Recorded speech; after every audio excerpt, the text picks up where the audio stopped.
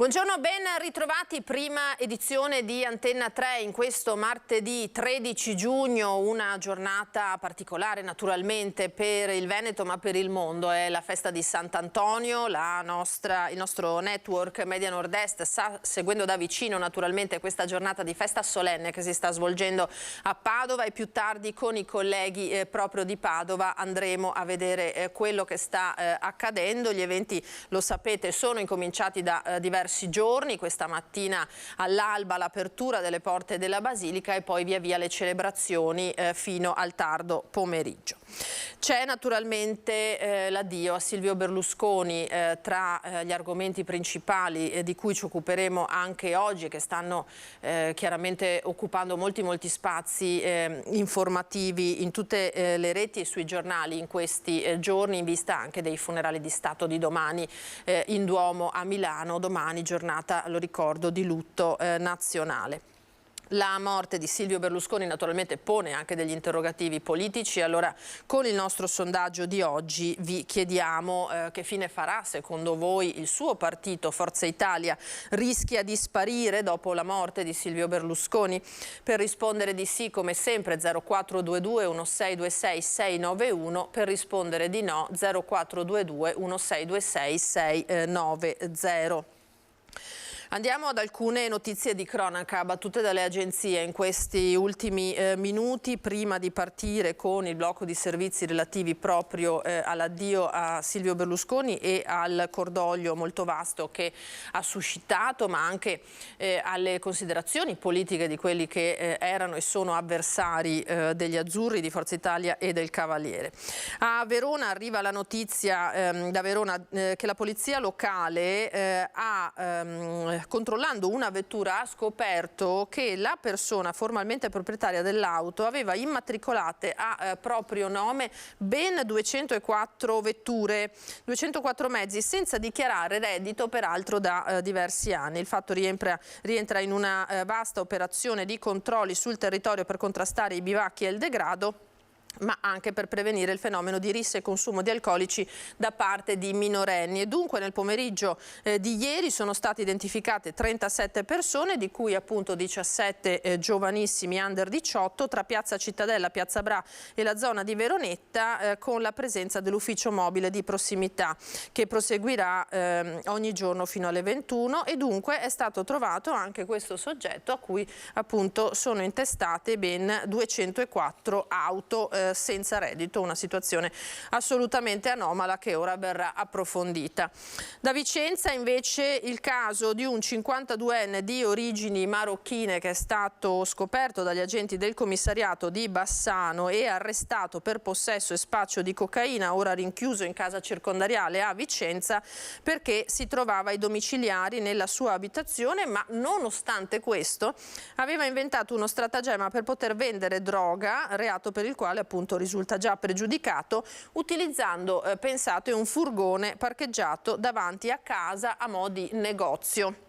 È stato dunque scoperto questo luogo di scambio dello stupefacente, il furgone di sua proprietà apriva e chiudeva a distanza utilizzando il telecomando, e l'acquirente, dopo aver contattato telefonicamente il venditore, entrava nel furgone prelevando la dose di cocaina, lasciava il denaro nel veicolo all'interno di un pacchetto di sigarette e si allontanava. E dunque questa compravendita, evidentemente questo via vai, non è sfuggito ai poliziotti che hanno perquisito l'abitazione e il furgone, rinvenendo lo stupefacente già suddiviso in dosi per un peso di 26 grammi e altri bilancino di precisione, pacchetti di sigarette contenenti banconote di vario taglio, e tutto quello insomma che ha portato a scoprire questo escamotage utilizzato da questo 52enne. Adesso veniamo allora alla pagina dedicata alla politica con il presidente del Veneto Luca Zaia, che ha annunciato questa mattina che sarà presente domani a Milano ai funerali di Silvio Berlusconi, accompagnato dal gonfalone della regione. Nell'occasione, hanno fatto sapere da Venezia, le bandiere delle sedi regionali saranno poste a mezz'asta appunto per il lutto nazionale. Luca Zaia è stato raggiunto ieri sera durante Focus telefonicamente dal nostro direttore Luigi Baccialli. Vi facciamo ascoltare un estratto di quello che ha detto.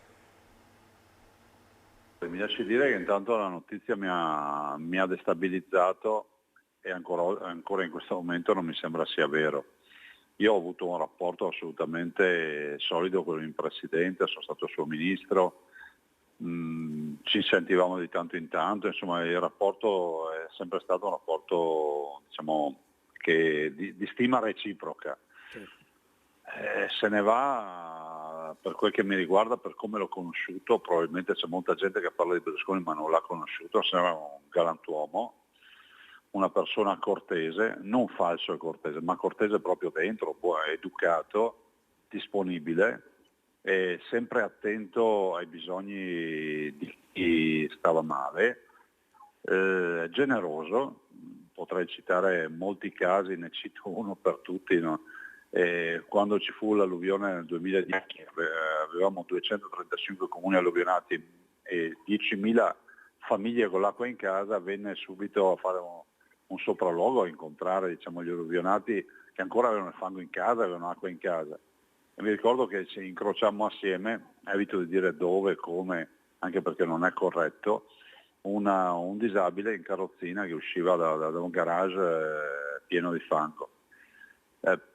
Parlò assieme, stavamo lì assieme io e il Presidente Berlusconi con questo disabile e dopo qualche giorno mi disse: fammi una cortesia, verifica se gli sono arrivati i soldi, nel senso che lui aveva deciso di dare una mano personalmente, sentito il caso, la storia di questo disabile. Ma i casi sono molti, direi che se tutti quelli che sono stati aiutati dicessero io c'ero, ci sarebbe un frastuono, perché comunque sarebbe stata una persona generosa. È stata una persona di visione, è stata una persona geniale, perché insomma per aver fatto quello che ha fatto, al di là dei detrattori, lo ha fatto con la genialità. Io l'ho visto all'opera, insomma, da Presidente del Consiglio, in Consiglio dei Ministri, in quegli anni lì, insomma è uno che aveva sempre una visione, ma soprattutto una visione positiva anche.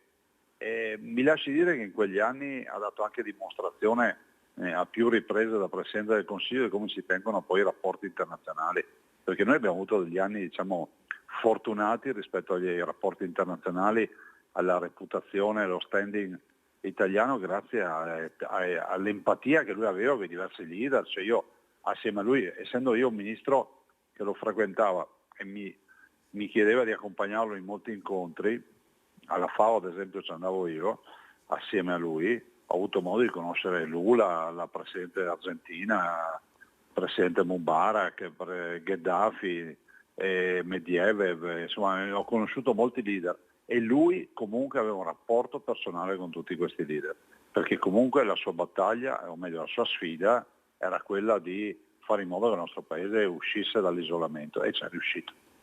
Ecco Presidente, tra l'altro lei proprio nell'anno della grande alluvione andò da Berlusconi e riuscì ad ottenere quelle risorse che poi servirono a far fronte ai danni, ai costi di quella specie di tsunami, no?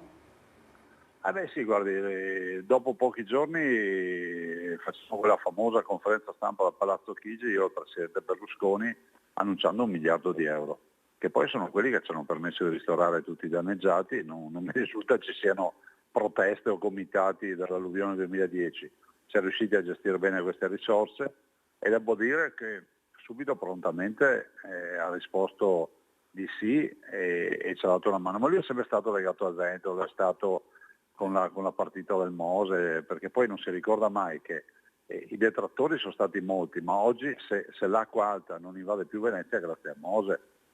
Lo è stato con l'acqua grande, quando c'è stata l'acqua grande nel 2019, lo è stato in molte occasioni, insomma ha sempre mantenuto un legame forte con il Veneto, ha reso umano il volto e lo stile del Presidente del Consiglio. Prima il Presidente del Consiglio era una persona inavvicinabile, con Berlusconi era, diciamo, una persona assolutamente avvicinabile ed era una persona che condivideva le sfide del popolo. direi che resteranno tutti i valori, dopodiché non mi faccia parlare di politica in questo momento. No, certo. Penso che il valore dell'idea liberale di Berlusconi, delle libertà, del rispetto delle libertà altrui sia quanto mai attuale anche oggi. Fin qui dunque lo avete sentito il presidente del Veneto Luca Zaia, intervistato dal nostro direttore Luigi Baccialli ieri sera a Focus. A Ring invece su Antenna 3 si è discusso del futuro politico di Forza Italia, quello su cui abbiamo incentrato, lo avete visto poco fa, il nostro sondaggio di oggi. Ne ha parlato il coordinatore provinciale di Treviso, Fabio Chies, che al di là del cordoglio si è spinto oltre nelle valutazioni appunto sul destino degli azzurri. Sentiamolo col nostro Nicola Zanetti.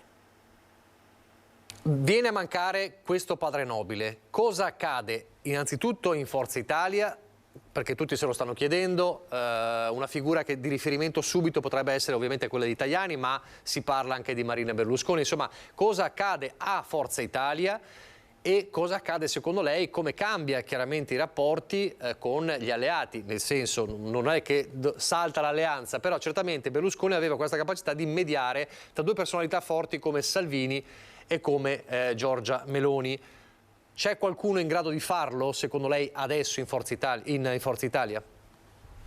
Io penso che quello che sta facendo Tajani oggi sia un lavoro importante, sia da Ministro degli Esteri, sia da Vice Premier, ma quello che ha detto nell'intervista che ricordava anche Beppe Montori prima della Meloni, ha detto glielo dobbiamo a Berlusconi, il fatto di rimanere uniti, ma penso che in questi 20 anni si siano cimentati anche rapporti personali che vanno oltre le contingenze politiche. Ricordava giustamente Paolin prima che la Lega aveva fatto una certa scelta, poi sono tornati assieme, poi c'è stato il governo Draghi, ma io penso che i rapporti personali che si sono cimentati in 20 anni abbiano fatto superare tutti questi aspetti. Alla fine siamo una coalizione solida, una coalizione che vede molti rapporti intrecciati, molti comuni nei quali lavoriamo assieme, molte province, molte regioni, lo Stato nazionale. Sono tutti rapporti che dobbiamo in gran parte al lavoro che è stato fatto in questi 20 anni a Silvio Berlusconi e dei vari leader che si sono poi alternati negli altri partiti, perché l'unica costante in questi 20 anni è stato Silvio Berlusconi, perché poi nella Lega c'è stato prima Bossi, poi c'è stato Salvini, adesso in Fratelli d'Italia c'è la Meloni, e tutti questi hanno avuto modo di lavorare con lui, di capire come si fa anche a mediare, a fare un mezzo passo indietro quando si hanno delle responsabilità. E oggi se sul territorio dialoghiamo così bene tutti quanti tra i vari partiti lo dobbiamo a questi 20 anni di palestra che abbiamo fatto tutti assieme, no? Non è stato un errore non aver trovato prima di oggi davvero un vero e proprio erede di Berlusconi, secondo lei? Oppure era impossibile?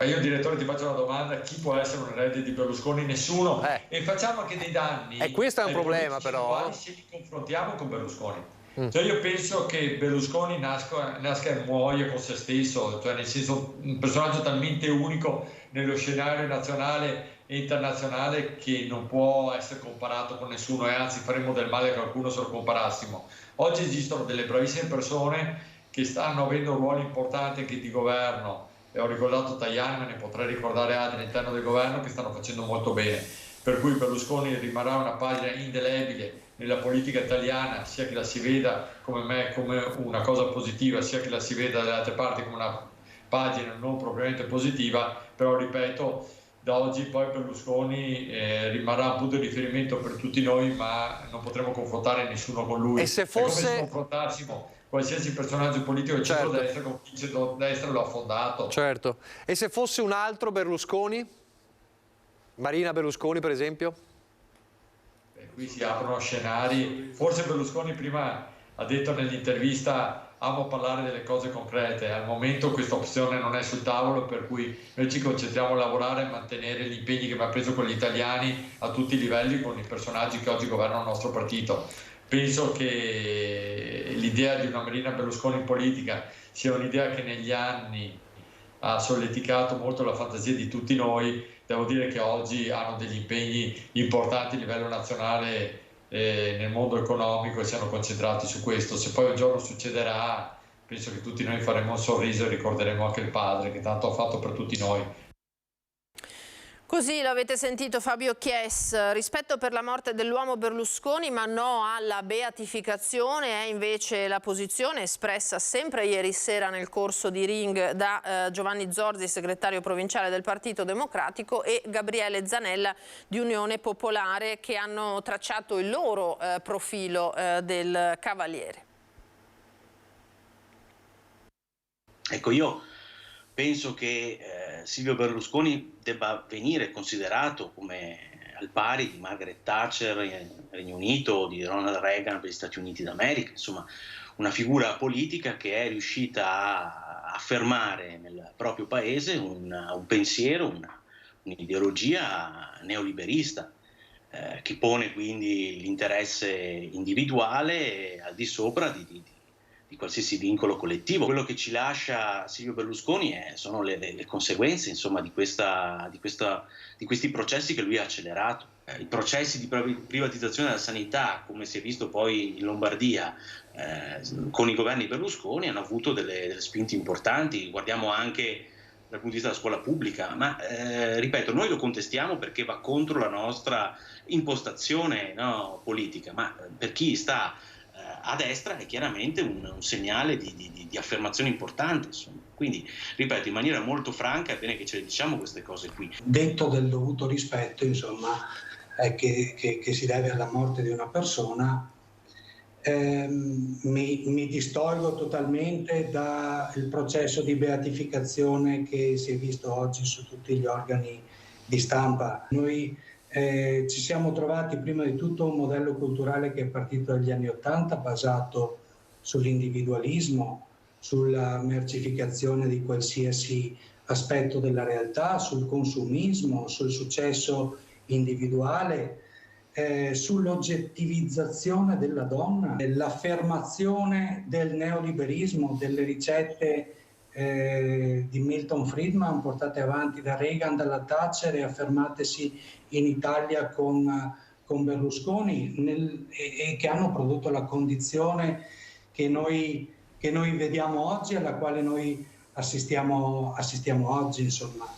È fatta di distruzione dei diritti del lavoro, fatta di distruzione della scuola e della formazione, fatta di distruzione dello Stato sociale, fatta di un continuo attacco materiale e valoriale alla Costituzione. Fin qui quello che è emerso su Silvio Berlusconi nel corso delle nostre trasmissioni dedicate alla politica di ieri sera, Focus e Ring. Oggi è una giornata importante, 13 giugno, per Padova e non solo, per il Veneto, per l'Italia e per tutto il mondo, perché i fedeli di Sant'Antonio sono davvero tantissimi. Allora ci colleghiamo, lo vedo, dal Sagrato della Basilica con Federico Fusetti, che è in diretta con noi. Forse c'è qualche problema di audio, speriamo di no. Buongiorno Federico. No, spero anch'io di no, io vi sento bene. Ciao Lina, buongiorno a tutti i telespettatori. Mattinata iniziata veramente presto qui al Santo, alle 5:30 la prima messa, poi si proseguirà fino alla chiusura delle porte alle 22:30. Una giornata veramente di festa, una giornata emozionante, una giornata anche commovente perché c'è gente da tutto il mondo e questa è veramente la festa di Sant'Antonio. Il Sagrato, come sempre, con tanta gente, c'è con Simone, stiamo facendovi vedere anche la coda delle persone per entrare in chiesa, messe ogni ora dalle 5:30 e poi nel pomeriggio un po' più rade le messe, ma fino ad arrivare alle 17 con la messa solenne, al termine della quale ci sarà la grande processione per le vie della città. Decine di migliaia di persone, si conta oggi di superare i 30.000 pellegrini che si avvicineranno alla tomba del Santo, ma questi sono i numeri ufficiali di chi si avvicina alla tomba, quindi è un numero sicuramente per difetto, sono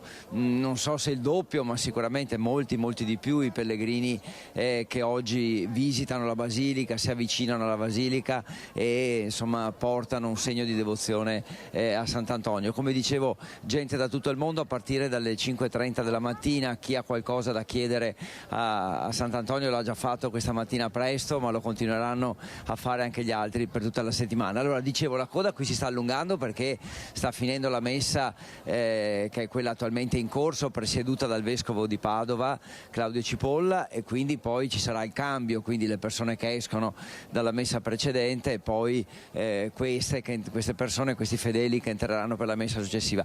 Con Simone Merlo proviamo ad attraversare questa coda e vi mostriamo un altro segno importantissimo della devozione, che è l'infiorata, cioè da ieri sera al lavoro per tutta la notte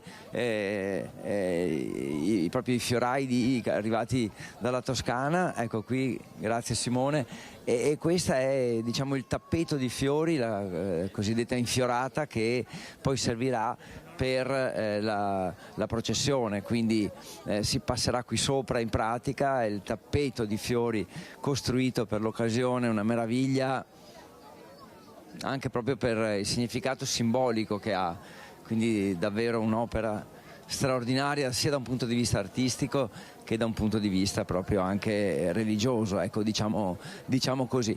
E per farvi vedere qualche altra zona così del sagrato, io direi che potremmo, Lina, andare a vedere insieme il servizio sulla mattinata, un po' il riassunto di quello che è accaduto. Poi torniamo qui e vi facciamo vedere qualcos'altro. Vediamo il servizio. Buongiorno e buon martedì 13 giugno, comincia dunque la festa di Sant'Antonio, siamo collegati da Padova, come vedete già in tantissimi hanno raggiunto il sagrato della Basilica in questa giornata di festa. Cominciamo ad avvicinarci anche perché è il momento, come vedete, dell'apertura del portone che dà il via ufficiale alla festa di Antonio, che seguiremo come ogni anno in diretta fino a questa sera alle 22:30. Guardate, già centinaia di fedeli e pellegrini hanno raggiunto il santo per questa giornata di festa, perché tra poco cominciano appunto anche le sante messe. Buongiorno a padre Antonio Aramina, apertura ufficiale del portone, quindi si comincia. È esattamente un giorno di grande festa, possiamo finalmente aprire le porte della Basilica. A noi piace leggerlo come un grande abbraccio che Sant'Antonio già sin dal primo mattino fa verso tutti i pellegrini che sono venuti qui da lui. Oggi, quest'anno, si è scelto come sempre anche un simbolo della storia di Antonio per ripercorrere questa giornata di festa, no? Sì, di nuovo un bel momento della festa di Sant'Antonio, quello di ricordare un anniversario nel 1223, dunque 800 anni fa, la sua predica ai pesci a Rimini, a dire della forza del Vangelo, che comunque va annunciato anche lì dove sembra che nessuno lo ascolti. E come ogni anno sono in tantissimi già qui. Posso chiedere a qualcuno da dove venite? Siete venuti a piedi? Siete venuti a piedi da dove? Da Cambroso di Codevigo. Cambroso di Codevigo. Quindi quanti chilometri li ha calcolati? Sì. Quanti sono? Sono 23 chilometri giusti. Piedi da Dolo, sì, noi da Dolo. Per essere i primi? 17, sì, da un po' di anni che ormai facciamo questa camminata, questo pellegrinaggio. Per partecipare alla prima Santa Messa? Esattamente, sì. E adesso sono partito dalla Madonna della Salute, ieri pomeriggio, e sono arrivato adesso. Qui non solo il padre rettore ma anche padre Giancarlo Zamengo, siete venuti a vedere l'infiorata? È sempre un capolavoro veramente bella, poi rappresenta il miracolo di Sant'Antonio che predica i pesci, quindi siamo perfettamente nel tema del giugno antoniano di quest'anno, questo avvenimento. È veramente un bel capolavoro, come possiamo contemplare qui. Hanno lavorato bene tutta questa notte i nostri amici. Sì, sono sempre stata devota a questo santo, che elargisce miracoli. Da dove arrivate? Este. Sì. Quindi avete fatto a piedi? 32 chilometri. Da Veggiano. Sì, noi veniamo provincia di Padova. Padova, sì. Sì. E come è venuto, a piedi? No, sono venuto aspetto con la moglie. E dov'è la moglie? Venga qui moglie, venga qui. Noi veniamo sempre qui. Sì, veniamo ogni anno. Sì. Venite sempre alla prima messa? Sì, sono venuta. Prima, insomma. Sono venuta per tanti anni a piedi. Ma adesso. E noi siamo insieme a Marzia Mori, buongiorno, bentrovati. Buongiorno a tutti. Del gruppo di infioratori di Fucecchio, esattamente come l'anno scorso, sempre voi. Ci racconti un po' questa opera d'arte? Ci avevano chiesto un quadro ispirato a Sant'Antonio e la predica ai pesci e noi abbiamo realizzato quest'opera.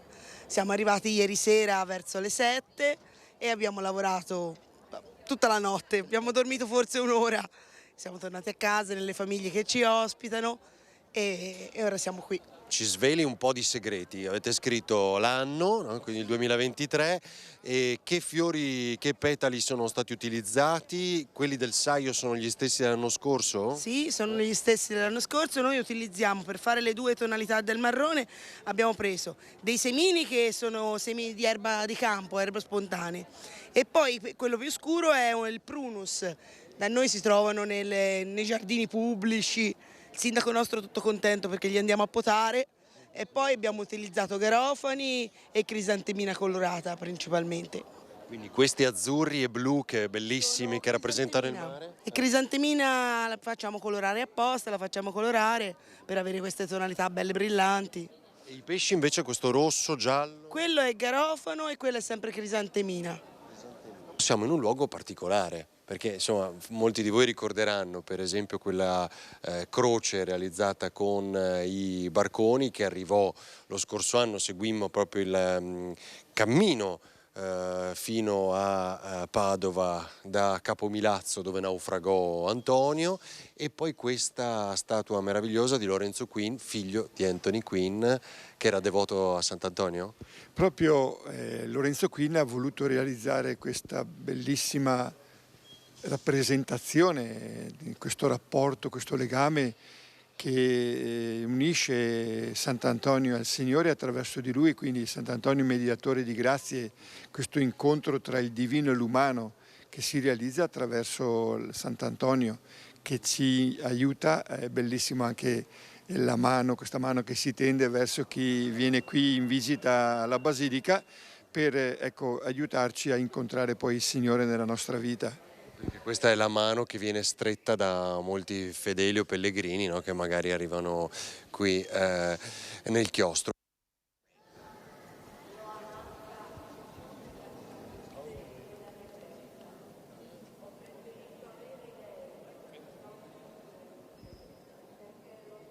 Non sento più niente. Ah, eccoci qua. Buongiorno di nuovo Lina, scusate, non vi sentivo bene. Allora, vi abbiamo portato all'interno della Basilica adesso di Sant'Antonio, dove è appena iniziata la settima messa della giornata, presieduta da padre Canil. Ci sono le preghiere, le persone che stanno entrando, si è un po' diradata la coda all'ingresso. Simone vi mostra che ormai sono entrati quasi tutti e c'è veramente tanta gente, ma tanti bambini, tante famiglie. È veramente molto, vi assicuro, essere qui è molto emozionante, davvero tanto. Adesso vi facciamo vedere con Simone anche Sant'Antonio è pronto, lo vedete là? Ecco, grazie Simone. Sant'Antonio è pronto perché poi alle 17 ci sarà la messa, quella diciamo più importante della giornata. Sono tutte importanti, hanno tutte la stessa importanza. La più importante perché è quella al termine della quale partirà la grande processione. Questa è un'automobile, vedete c'è il volante davanti a Sant'Antonio. C'è proprio il posto di guida, è una vettura messa a disposizione dalla polizia ogni anno, quindi per tradizione, ed è quella che poi uscirà dalla chiesa e diciamo sfilerà per le vie della città. Quindi qui è già tutto pronto. Parliamo di un evento che avverrà attorno alle 18 circa, questo della processione, e per questa settima messa vedete ancora chiesa sempre gremita. C'è la tomba del santo là dietro, dove adesso sta inquadrando Simone, dietro quelle colonne c'è la tomba del santo dove come vi dicevo prima, oggi si dovrebbe arrivare a superare le 30.000 persone che dal 31 di maggio hanno diciamo sfilato davanti alla tomba del santo. Con Simone usciamo adesso, vi rimostriamo quello che sta accadendo fuori nel sagrato, scusate le spalle. Intanto grandissimo lavoro da parte dei volontari della protezione civile, ma anche delle persone che lavorano qui per la Basilica, per assistere i fedeli, per dare comunque assistenza se hanno bisogno di qualcosa. Vedete qui la protezione civile. Buongiorno, buon lavoro, come sta andando?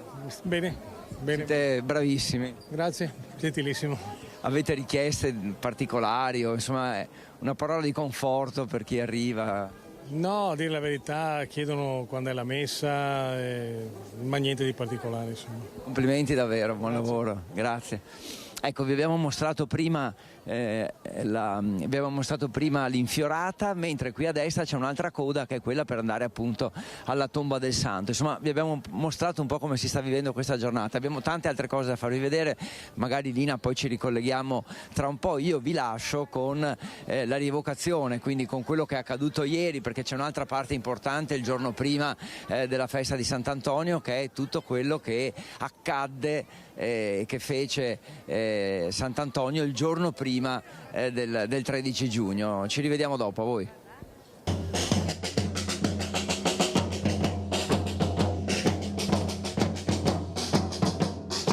I tamburi dei figuranti danno il via alla rievocazione del transito di Sant'Antonio. Il corteo, partito da Piazza Azzurri d'Italia all'Arcella, è arrivato al santuario di Sant'Antonino, dove quasi 800 anni fa il santo spirò. Io sono una devotissima di Sant'Antonio. La devozione per Antonio è forte. È grandissima, e vedere che tutta questa mobilitazione è proprio, vuol dire che è stato un grande ed è ancora un grande. È una tradizione, vengo tutti gli anni, sono qua vicino, abito qua vicino, mi piace vedere. Sono devota a Sant'Antonio, c'è una cosa che mi prende da qui, sono emozionata. Tanti fedeli lungo il percorso e affacciati dai balconi hanno voluto assistere alla sacra rappresentazione degli ultimi attimi di vita del santo, una festa di devozione per la città e per l'Arcella. Sono venuto qua a piedi da Sant'Antonino del ritorno perché sente l'affetto di arcellani che ringraziano, bello alla valle, bello questo, bello, vivono bene il quartiere. E poi è una grande giornata questa, per tutti gli aspetti, una processione storica in cui vedi proprio l'Arcella nel senso stretto del termine. È un grande quartiere, è una città nella città, come tutti sono. Presente anche una folta delegazione della confraternita di Sant'Antonio di Maastricht in Olanda, molti i fedeli da tutto il mondo. Amico from Polonia, from Gdynia, Gdańsk and Terziare, from Poland. Tanti i figuranti che hanno accompagnato il carro costellato di gigli freschi con la statua in legno del santo trainato dai buoi Olena e Olimpia arrivati dal Molise, una devozione che non conosce confini. Campo San Piero ha un legame fortissimo con Antonio, siamo un luogo antoniano e il santo è vissuto a Campo San Piero proprio nell'ultimo mese della sua vita e questo ha lasciato una traccia indelebile anche in tutto il territorio del Campo San Pierese.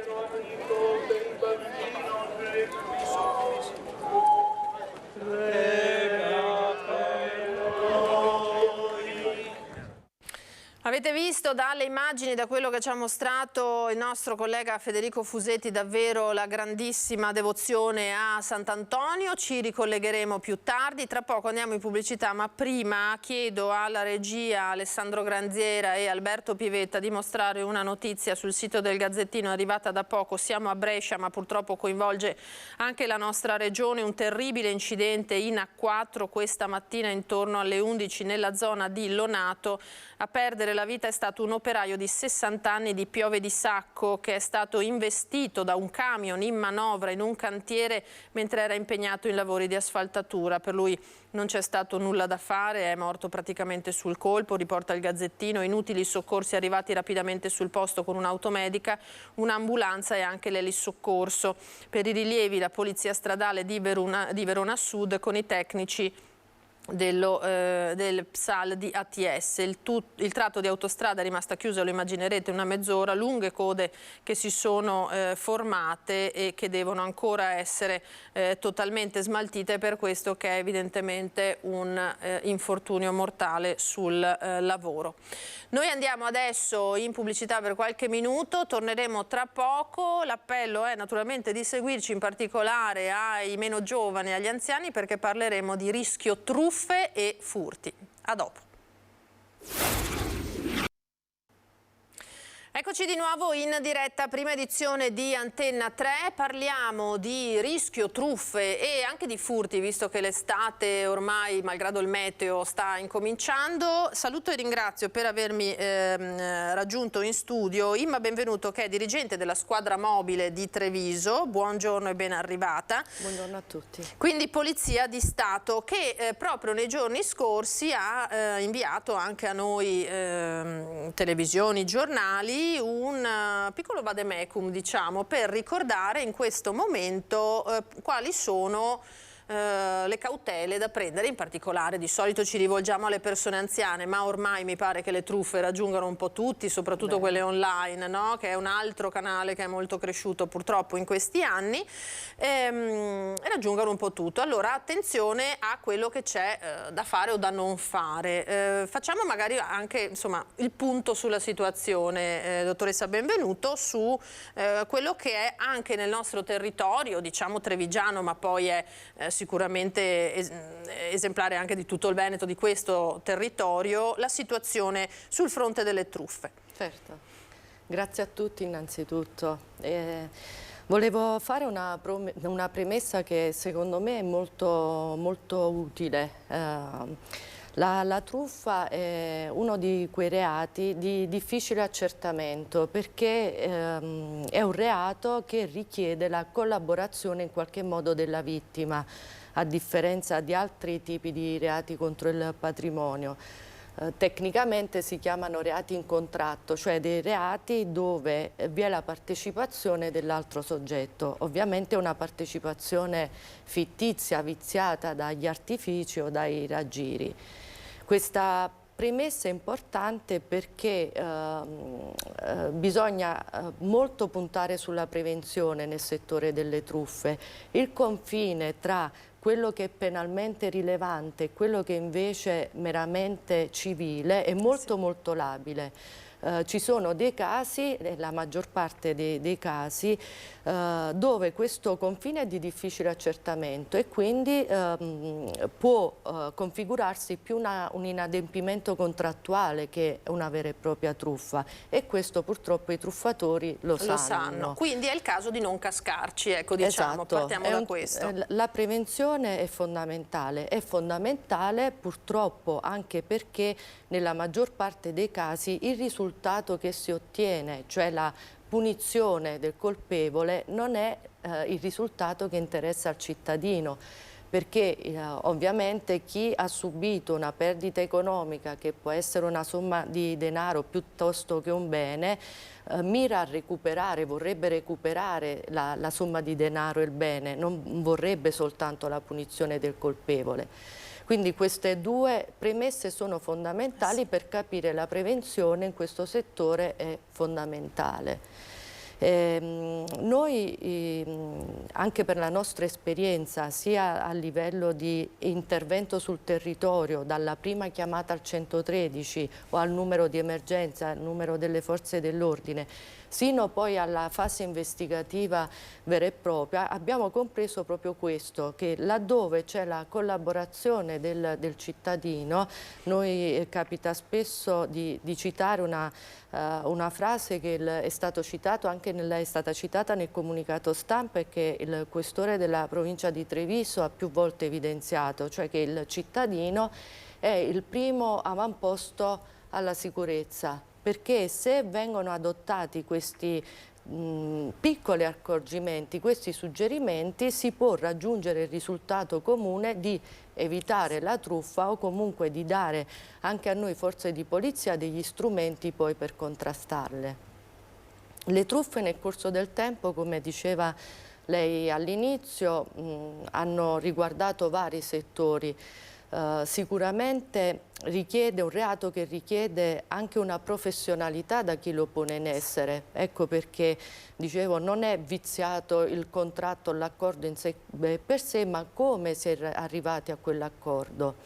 E gli artifizi e i raggiri ovviamente vengono realizzati da professionisti, ecco perché poi i destinatari normalmente sono le fasce deboli della popolazione, ma non solo, perché per le truffe soprattutto a mezzo internet sono trasversali, riguardano giovani come anziani e sono quelle che poi più difficilmente si riescono a frenare.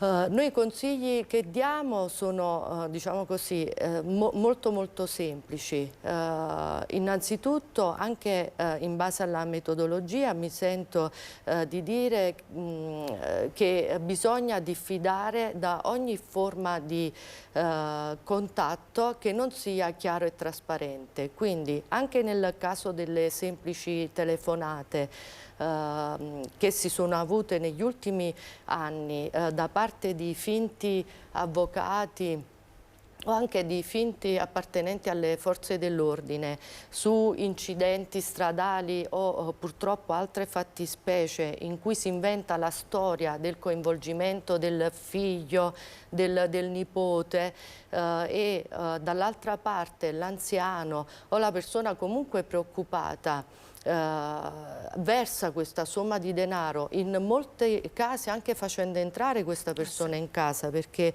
come metodologia abbiamo riscontrato che molte volte passano a distanza di pochi istanti quando vedono che dall'altra parte c'è la disponibilità. Spesso, chiedo scusa, c'è un finto avvocato che telefona e il finto, che so, carabiniere fuori dalla porta che va a riscuotere, no? Esatto, il tutto finto... appunto senza lasciare il tempo di ragionare su quello che sta succedendo o di chiamare qualcuno. Esatto, e noi proprio nell'ultimo periodo, devo dire la verità, grazie alla collaborazione di tanti anziani, con la telefonata in sala operativa nella centrale abbiamo ottenuto proprio questo, abbiamo staccato questa fase, quindi siamo intervenuti per tempo dando le indicazioni all'anziano e spiegando che ovviamente nel frattempo non doveva aprire la porta a nessuno e si è potuta prevenire la consumazione di questo reato.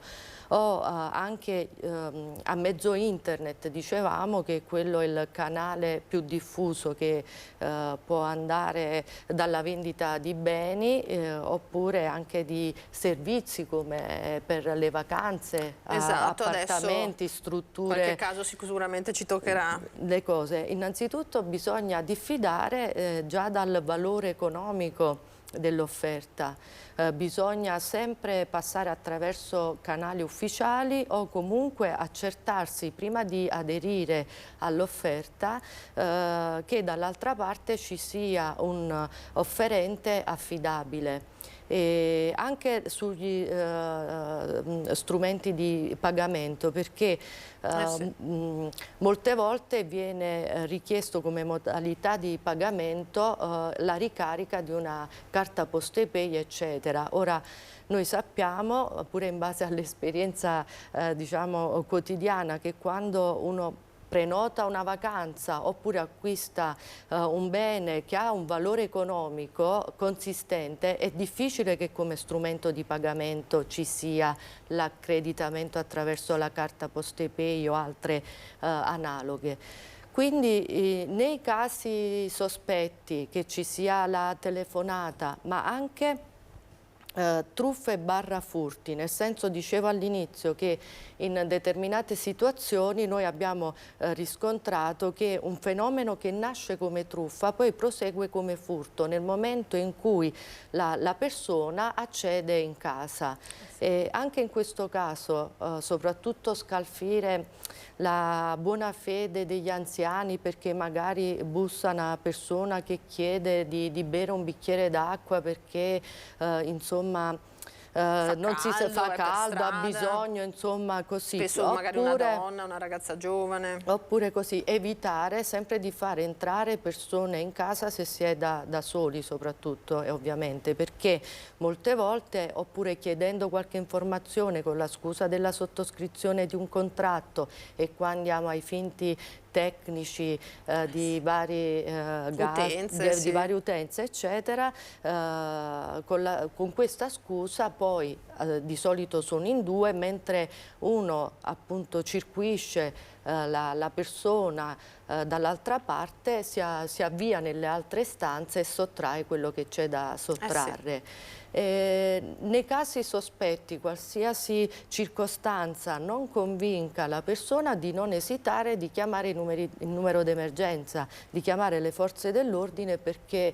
come dicevo proprio all'inizio, la prevenzione è fondamentale, perché poi andare in fase repressiva con tutti gli accertamenti e la difficoltà degli accertamenti, purtroppo molte volte può non raggiungersi il risultato sperato. Anche perché, insomma, lo ricordiamo, lei giustamente diceva, ci sono truffe che magari poi sfociano in furti, ma ci sono anche truffe, attenzione, se facciamo entrare noi una persona in casa, che possono sfociare anche in una rapina impropria, in una spinta a un anziano, insomma, in tante circostanze che si possono verificare, bisogna fare attenzione anche da quel punto di vista. La reazione da parte del malvivente, del delinquente, non è da dare per scontato, quindi sempre evitare queste forme di contatto e nel dubbio almeno accertarsi telefonicamente con le forze di polizia se è una prassi normale o meno, insomma. Certo, quindi immagino... noi siamo molto d'appoggio e devo dire la verità, dicevo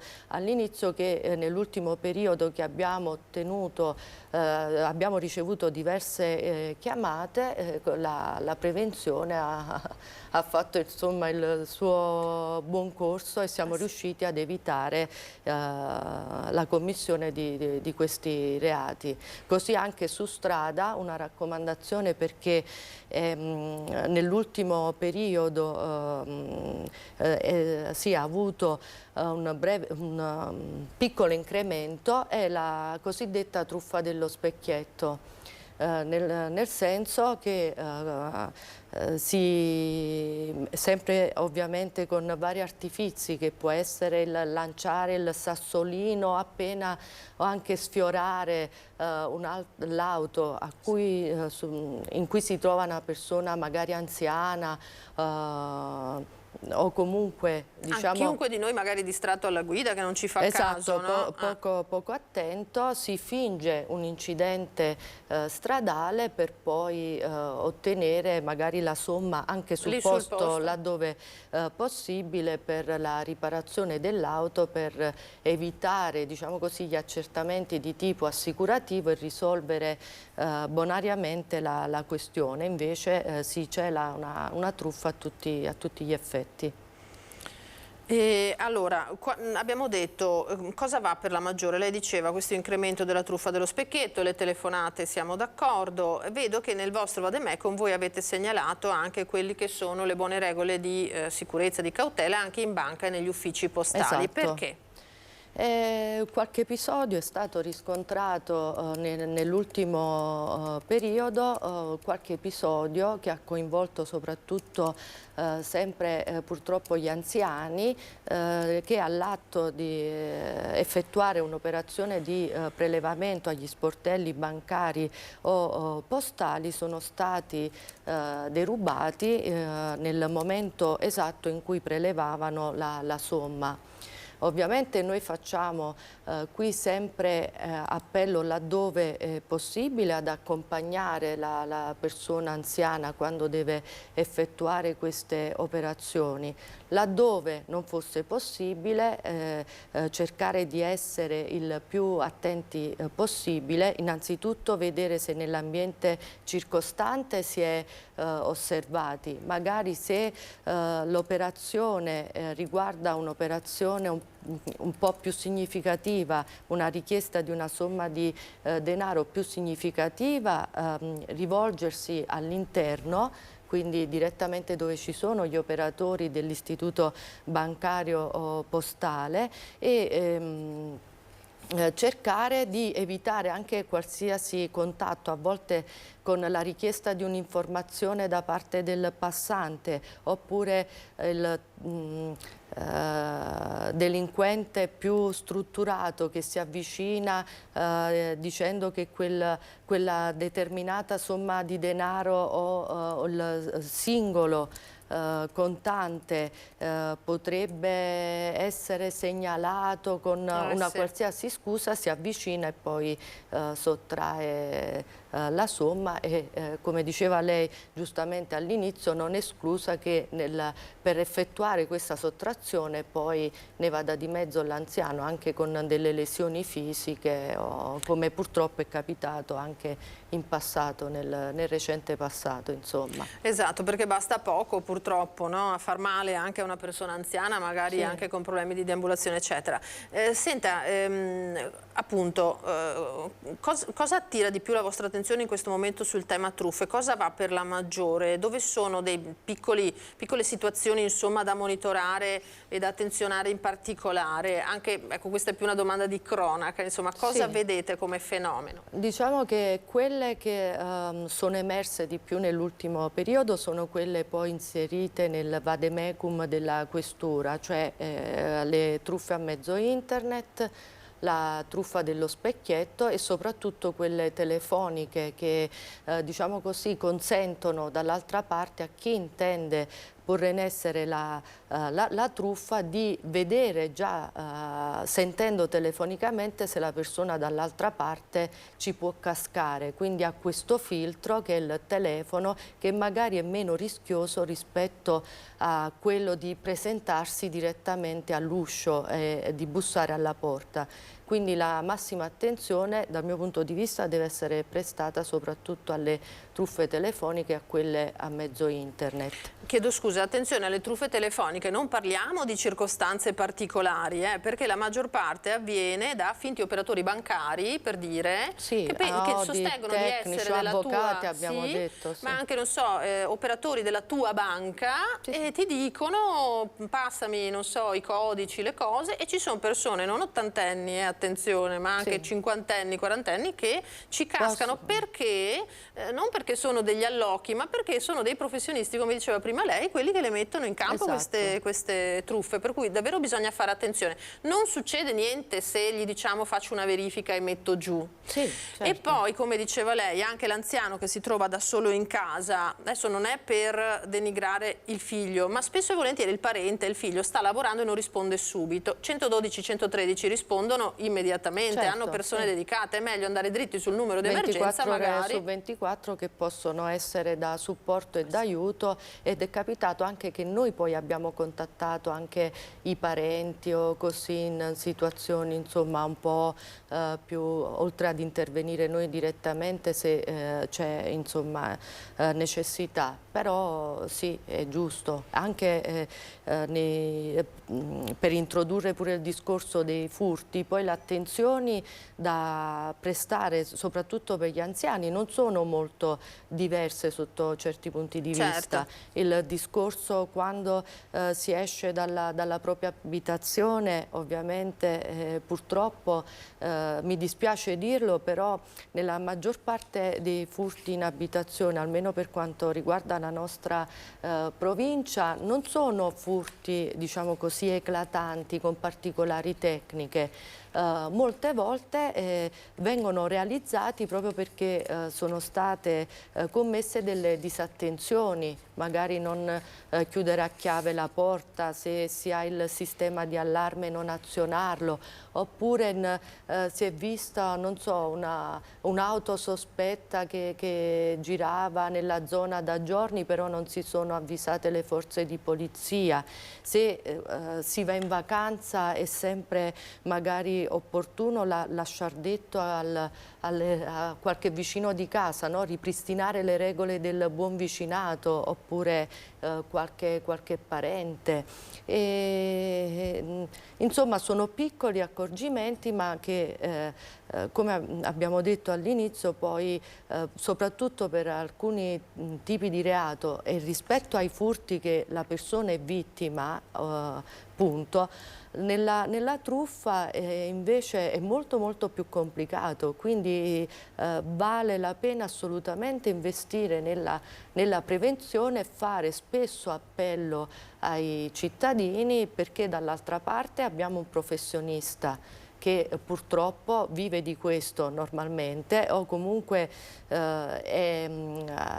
diciamo così, ha tutta una serie di strumenti da mettere in campo per raggirare l'altra parte, il soggetto che normalmente appartiene, abbiamo detto, alle fasce deboli, ma non solo. E comunque viene preso alla sprovvista, certo, mentre sì, dall'altra parte c'è qualcuno che ha tutto un campionario di scuse o di pretesti per rendersi credibile. Ecco, dottoressa, se può servire statisticamente, noi abbiamo notato proprio questo, che quando si chiama, si contatta direttamente la forza di polizia, anche dall'altra parte il delinquente che non sa, però ha visto che magari nel tenore della chiamata è cambiato qualcosa, non si presentano più presso l'abitazione, pure se la persona, l'anziano, non ha detto un attimo avviso le forze di polizia, però già guardando, verificando che dall'altra parte c'è stata diffidenza, già si è raggiunto il risultato. Quindi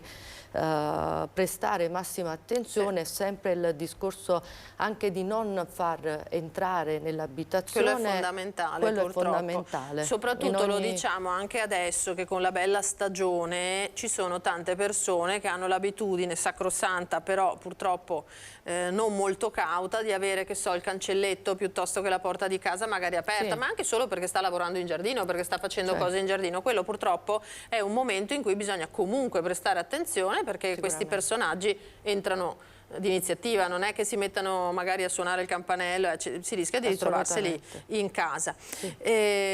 Dottoressa, allora abbiamo detto un'ultima cosa proprio sull'estate, ha detto una bella cosa prima: ripristiniamo le buone abitudini, perché il primo occhio è quello del cittadino naturalmente, e se si vede qualcosa che non va anche nei dintorni della casa dei vicini, nel quartiere eccetera, una telefonata va sempre bene per fare una verifica, soprattutto in questi mesi in cui, insomma, adesso le persone finite le scuole cominceranno a spostarsi per le vacanze e ci sono anche molte persone che restano solo in casa oppure abitazioni vuote. Certo, è importante ripristinare o garantire le regole del buon vicinato anche nell'ambito dei parenti, degli amici più stretti. In questo modo c'è sempre un controllo sull'abitazione e c'è la possibilità di segnalare per tempo se c'è qualcosa che non va, che può essere anche vedere un qualcosa in giardino o non so, transitare o fermarsi in sosta un'auto per parecchio tempo. Quindi avere questo rapporto con i vicini, un po' per chi è presente, che non è in ferie, è fondamentale, oltre ovviamente a lasciare l'abitazione in sicurezza, anche se si va via soltanto per una giornata o per il weekend, non sottovalutare la situazione, perché il ladro difficilmente agisce per caso, nel senso che verifica sempre prima la fattibilità, o quasi sempre prima la fattibilità dell'intervento. Quindi se vede che una casa è ben chiusa, vede magari che c'è il sistema d'allarme e quant'altro, tutto assieme magari lo dissuade e lo scoraggia. Può fungere da deterrente per poter compiere questa azione. Questo interessamento in buono rispetto agli altri serve per molte altre cose, perché pensiamo anche a tutti gli anziani che vivono da soli. Allora, se non si vede magari la finestra del vicino aperta per giorni, porsi, purtroppo la cronaca ci riporta, no, di casi di persone morte magari in casa, o che stanno male, o che chi lo sa in quali situazioni hanno avuto difficoltà e nessuno magari ci fa caso. Anche in questo senso non è una brutta cosa, sinceramente, interessarsi appunto in senso buono dell'altro e avere fiducia, l'abbiamo detto. E poi se posso fare un appunto, magari tenetevi la voglia di postare le foto delle vostre vacanze alla fine, quando siete già tornati sui social, e non il primo giorno che poi tutti sanno che siete via. Questa è una banalità, ma magari insomma anche quello ma aiuta. Anche dirlo magari a soggetti estranei o in sì. contesti magari numerosi è sempre meglio evitare, cioè di comunicare gli spostamenti soltanto a persone di conoscenza o di stretta fiducia, non banalizzare, è giusto il discorso e evitare di sbandierare che casa propria è vuota, insomma, in buona sostanza, e che è un obiettivo in qualche maniera raggiungibile. Sì. Fiducia, l'abbiamo detto, nelle forze dell'ordine. Allora, dottoressa, noi abbiamo visto i fatti di Verona la scorsa settimana, sono episodi che purtroppo in qualche maniera arrecano un colpo anche di immagine alle istituzioni, alle forze dell'ordine. Invece l'importante è mantenere una fiducia assoluta, e anche in quel caso è stato ribadito. Sì. Purtroppo sono fatti che ci coinvolgono, ma sono fatti che saranno accertati nella sede prevista, cioè nella sede giudiziaria. E se dovessero configurarsi responsabilità, sicuramente insomma, ci saranno e saranno affrontate. L'unica cosa mi sento di dire è che questo non deve scalfire il rapporto cittadini, forze dell'ordine, perché prestiamo un servizio dal mio punto di vista fondamentale, che è quello di garantire la sicurezza dei cittadini, e i cittadini devono sapere che noi ci siamo. Se qualcuno ha sbagliato, ripeto, si affronterà questa situazione, usando il termine del capo della polizia, con dignità e compostezza, e affronteranno i soggetti coinvolti, le persone coinvolte affronteranno eventuali conseguenze. Ma questo non dobbiamo correre il rischio di generalizzare. Se ci sono responsabilità sono dei singoli, ma la Polizia di Stato c'è e vuole essere vicino ai cittadini e chiede la collaborazione proprio per lavorare assieme, per collaborare, non per creare situazioni di dissidio che possono soltanto nuocere poi alla sicurezza, che è l'obiettivo comune. Certamente, grazie anche per queste parole. Grazie a Ima Benvenuto, che è dirigente, lo ricordo, della squadra mobile della Questura di Treviso, e buon lavoro. Grazie, buon lavoro a voi. Grazie di questa presenza. Noi adesso restiamo sulla cronaca trevigiana con il delitto di Anica Panfile, su cui si sta indagando. Lo sapete che nelle ultime ore è arrivata quella che è stata chiamata una svolta, anche se la procura è molto cauta. Franco Battaggia, ex primula rossa della Mala del Brenta ed ex datore di lavoro della donna di 31 anni ritrovata morta sul Piave, che è finito sotto indagine per omicidio, con i carabinieri che hanno eseguito una serie di rilievi e di sequestri nell'abitazione ad Arcade, nella pescheria a Spresiano, abitazione ad Arcade dove tra l'altro domani arriveranno i RIS di Parma. Vediamo. Sì, è proceduto a perquisizioni e sequestri per verificare l'ipotesi che in uno di quei luoghi sia avvenuta l'aggressione ad Anica, e su uno di quei veicoli che abbiamo perquisito e sequestrato sia poi stato trasportato il suo cadavere. Così il capo della procura, Marco Martani. Il blitz dei carabinieri del nucleo investigativo è scattato al mattino presto. I militari dell'Arma si sono presentati in via Europa ad Arcade, a casa di Franco Battaggia, 76 anni, soprannominato il re del pesce. All'uomo è stato notificato l'avviso di garanzia con l'ipotesi di reato di omicidio volontario. Per il momento non è stata disposta nei suoi confronti nessuna misura restrittiva. Dopo l'abitazione, dove sono stati sequestrati telefonini, computer, auto e furgone, è stata la volta della pescheria Il Tiburon di Spresiano, lungo la Pontebana. Si cerca all'interno dei mezzi o dei locali il DNA di Anica. Massiccio l'intervento dei carabinieri coordinati dalla Procura della Repubblica. Sigilli alla casa. I carabinieri del RIS mercoledì mattina andranno nell'abitazione dell'uomo per effettuare tutti i rilievi. Ora si cercano indizi, prove. Per tutta la mattinata sono state eseguite perquisizioni e accertamenti. La donna sarebbe stata uccisa con un corpo contundente e non tagliente, colpita alla testa. La sua morte risale al pomeriggio di giovedì lunedì quando è scomparsa. Poi, sempre ipotesi, sarebbe stata gettata nelle acque del canale della Vittoria nella notte approfittando del buio. Anica è stata trovata la domenica 21 maggio da un pescatore in un isolotto del Piave a Spresiano. Il corpo forse gettato da un ponticello. Le indagini dopo meno di un mese si sono concentrate su Battagia. Il 76enne nel 2011 terminò di scontare una condanna a 21 anni di carcere per l'omicidio di un rivale nel 1988. Sarebbe stato lui l'ultimo a vedere Anica. La donna prima aveva lavorato nella sua pescheria, poi nell'ultimo periodo faceva le pulizie nella casa dell'uomo. Quel giorno, il 18 maggio, la 31enne è andata da lui, secondo quanto ha riferito l'uomo, per la consegna del CUD. Ma quel giorno è scomparsa nel nulla. L'imprenditore ha detto agli inquirenti che avrebbe prestato ad Anica 5.000 euro, la metà di un debito che lei avrebbe avuto con qualcuno. Versione tutta da accertare, ora ancora di più. Era giunta al telefono l'avvocato Loretta Cassano, che è difensore di Franco Battaglia, insieme alla collega Maria Palomba, ha definito il suo assistito sereno e collaborativo malgrado questi provvedimenti nei suoi confronti. Io oggi ho assunto la difesa di fiducia del signor Franco Battaglia, sono in corso degli accertamenti, attività tutta di indagine, come lei ben sa, e che quindi al momento io non rilascio alcuna dichiarazione, questo. Certamente. Avvocato, le possiamo solo chiedere come sta il suo assistito? Sta bene, sereno, è collaborativo, sereno, sin da subito sereno. Si aspettava in qualche modo questi accertamenti o è rimasto un po' sorpreso?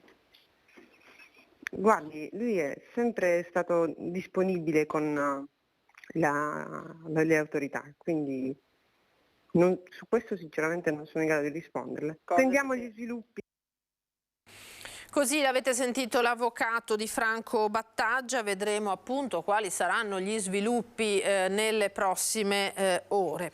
Cambiamo pagina, adesso andiamo in provincia di Rovigo ad Adria, li vedo già collegati e li ringrazio, il sindaco Massimo Barbuiani, buongiorno, e Vittoria Paccagnella, che è un assessore della nuova giunta di Adria con una caratteristica assolutamente particolare, nel senso 18enne, deve fare la maturità nei prossimi giorni, è così Vittoria, e quindi l'assessore più giovane d'Italia, almeno del nostro territorio di sicuro, davvero giovanissima. Buongiorno a entrambi e ben ritrovati.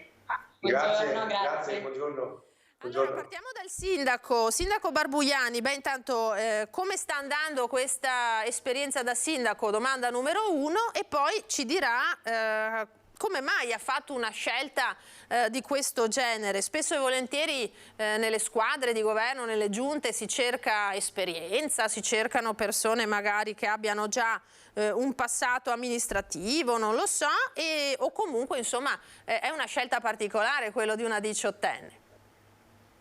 Beh, innanzitutto volevo dire che non era una scommessa, ma ci credevo fin da subito, perché Vittoria insieme a una quindicina di ragazzi hanno predisposto un programma che è stato praticamente affiancato da quello che abbiamo presentato nella nostra campagna elettorale, e ho dato a questo gruppo di giovani un budget, una sede, e hanno iniziato a lavorare e hanno creato un appendice all'interno del nostro programma, e poi i risultati si sono visti. Questi 15 giovani, lavorando da circa 2-3 mesi insieme, hanno capito che era fondamentale avere una loro rappresentante in giunta o in consiglio comunale, e addirittura 2 giovani dei 15 che si erano candidati sono stati eletti. Perciò oggi penso che sia una cosa veramente molto importante, un segnale importante per una città che ha bisogno di ritrovare un po' di dinamicità, di freschezza e anche un po' di specificatezza. Dico, i giovani sa che sono abbastanza innovativi nelle loro proposte. Quindi lei si aspetta degli spunti appunto anche nuovi, magari delle prospettive che non verrebbero in mente a persone in caso con il doppio dell'età, insomma? Sì, io ho due figlie giovani che sono amiche di Vittoria e insieme hanno già, anche ieri sera si sono trovati, hanno cominciato a mettere giù nero su bianco alcune proposte. Domani faremo la nostra prima giunta, è una scommessa, però Vittoria, diciamo alla mamma che è avvocato, sarà sicuramente ben tutelata, ben tutelata. Allora Vittoria, due esperienze vicinissime quelle che stai vivendo, no? L'ingresso in giunta, questa nomina e poi l'esame di maturità che si avvicina. Esatto, sono prossima agli esami di maturità, sia gli iscritti ovviamente che l'orale, e non vedo l'ora di tagliare il traguardo delle superiori per poi dedicarmi al 100% a questo incarico a cui tengo molto e spero di poter fare davvero tanto. Allora, Adria, comune di oltre 18.000 abitanti, quindi non esattamente un piccolo centro, con delle esigenze evidentemente anche per la posizione che ha sicuramente particolari. Allora, innanzitutto Vittoria, ti aspettavi questa nomina? Allora, sinceramente già arrivare a diventare consigliere per me era un grande traguardo, anche inaspettato, perché insomma ho lavorato con persone che avevano molta più esperienza di me, quindi non mi aspettavo già di ottenere un risultato del genere, però la cosa che mi ha entusiasmato ancora di più è ricevere appunto la proposta di questo incarico di assessore, che ci ho ragionato molto prima di accettare, però è una cosa che mi dà veramente tanta soddisfazione e voglia di fare, quindi sono entusiasta, non vedo l'ora di iniziare. Poi ho il supporto ovviamente del sindaco e di tutta la giunta, quindi ho l'esperienza che mi insegnerà e io invece avrò insieme al gruppo dei giovani delle idee nuove da proporre. Sindaco, quali referati ha deciso di affidare a Vittoria? Allora abbiamo dato naturalmente le politiche giovanili, i servizi demografici e comunicazione naturalmente. Perché i giovani in questo sono inarrivabili. Abbiamo già predisposto anche il suo ufficio, ci sarà una specie di maxi ufficio in cui Vittoria incontrerà tutti quei giovani che si vogliono avvicinare in maniera genuina, e sottolineo genuina, alla politica. Perché è importante, un segnale molto importante da parte mia di piena fiducia e naturalmente piena collaborazione. Ecco, com'è il mondo giovanile di Adria, Vittoria? Che esperienza hai tu, secondo te, e di cosa ha bisogno? Perché spesso e volentieri queste realtà vengono vissute un po' con insofferenza da parte dei ragazzi. Sì, allora io vedo nei giovani della sfiducia nella politica e vorrei riuscire a cambiare un po' questa visione, perché la campagna elettorale che ho svolto insieme all'attuale sindaco è stata una campagna a contatto con la gente e con l'obiettivo di coinvolgere il più possibile i giovani, e il sindaco è stato coerente fin dall'inizio, perché oltre appunto il gruppo giovani, il programma elettorale elaborato dai giovani, poi ci ha dato anche uno spazio e continuerà a darcelo, quindi questo è molto importante. Una cosa che vorrei appunto cambiare ad Adria è il punto di vista che hanno i giovani della politica, perché la politica è un argomento, una materia che pur non magari direttamente svolge ciò che ci circonda quotidianamente, quindi è importante essere informati almeno un minimo e partecipare anche a questi eventi. Esatto, perché è una cosa abbastanza inconsueta che una ragazza giovane come te si lanci in politica, partecipi a una campagna elettorale, tra l'altro leggo anche con dei bei risultati che non fanno magari anche persone con più esperienza, perché comunque 86 preferenze in una realtà come quella non sono poche. Esatto, infatti sono molto contenta del risultato, come ho detto prima non me l'aspettavo, e spero che con l'andare avanti nel tempo i giovani si possano interessare di più alla politica e capire che anche a livello comunale può davvero portare dei risultati, e deve essere una cosa appunto che li appassiona e che li interessa. Senta Sindaco, a proposito di giovani, vedo che proprio per rendere un pochino più viva Adria, magari non tutti saranno contenti di questo, lei ha già annunciato che i locali non dovranno più abbassare o spegnere la musica alle 11:30 di sera, alle 23:30, è giusto? Beh, io sono stato diciamo, l'artefice di quei famosi venerdì sera che ha reso molto famosa la nostra città con il palinsesto che si chiama Adria d'estate. E da sempre, ogni venerdì sera, da 32 anni, ad Adria nei mesi di luglio e agosto, praticamente diventa una movida al cielo aperto. E non capivo perché ultimamente la vecchia amministrazione aveva messo delle limitazioni, mi stanno tutti quanti chiedendo di avere più possibilità di naturalmente fare concerti, musiche, balli, perché questa Adria d'estate è un contenitore aperto, culturale, ludico, c'è un po' di tutto. E allora ho pensato con la prima delibera che andremo a fare in Consiglio Comunale è quello di ritornare alla mezzanotte e mezzo, e poi avremo anche una notte green che sarà fatta al secondo venerdì di luglio con la Croce Verde, e sarà un appuntamento molto importante su cui stiamo investendo moltissimo. E tu Vittoria, cos'altro vorresti per voi ragazzi, per voi giovani? Su quali idee stai già ragionando? Beh, sicuramente darò la priorità alle idee che abbiamo elaborato durante la campagna elettorale, che appunto sono presenti nel programma elettorale. Poi una volta consolidate queste idee, questi progetti, andremo anche a pensare a nuove idee, nuovi eventi, e auspicando ovviamente la partecipazione di più giovani possibile. Dicevi appunto che la maturità, va bene, i tempi che sappiamo di scritti e orali, e poi intendi darti all'esperienza amministrativa a tempo pieno? Certo, il mio incarico deve essere coperto al 100%, non voglio trascurare assolutamente questo tempo, anzi credo che all'inizio, essendo un'esperienza nuova, sia importante proprio dedicarsi 24 ore su 24 a questo incarico. Poi riguardo all'università, la mia intenzione è comunque quella di proseguire gli studi, e magari lo farò in una maniera con più calma, ecco. Certamente. Ha bisogno appunto di presenza al 100%. Raccontaci che studi stai facendo adesso, Vittoria. Allora, io sto finendo la quinta superiore dell'Istituto Tecnico Agrario Ottavio Monerati e proseguirò all'Università di Agrarie. Un ambito molto bello, molto particolare. Da cosa nasce questa predisposizione, questo interesse?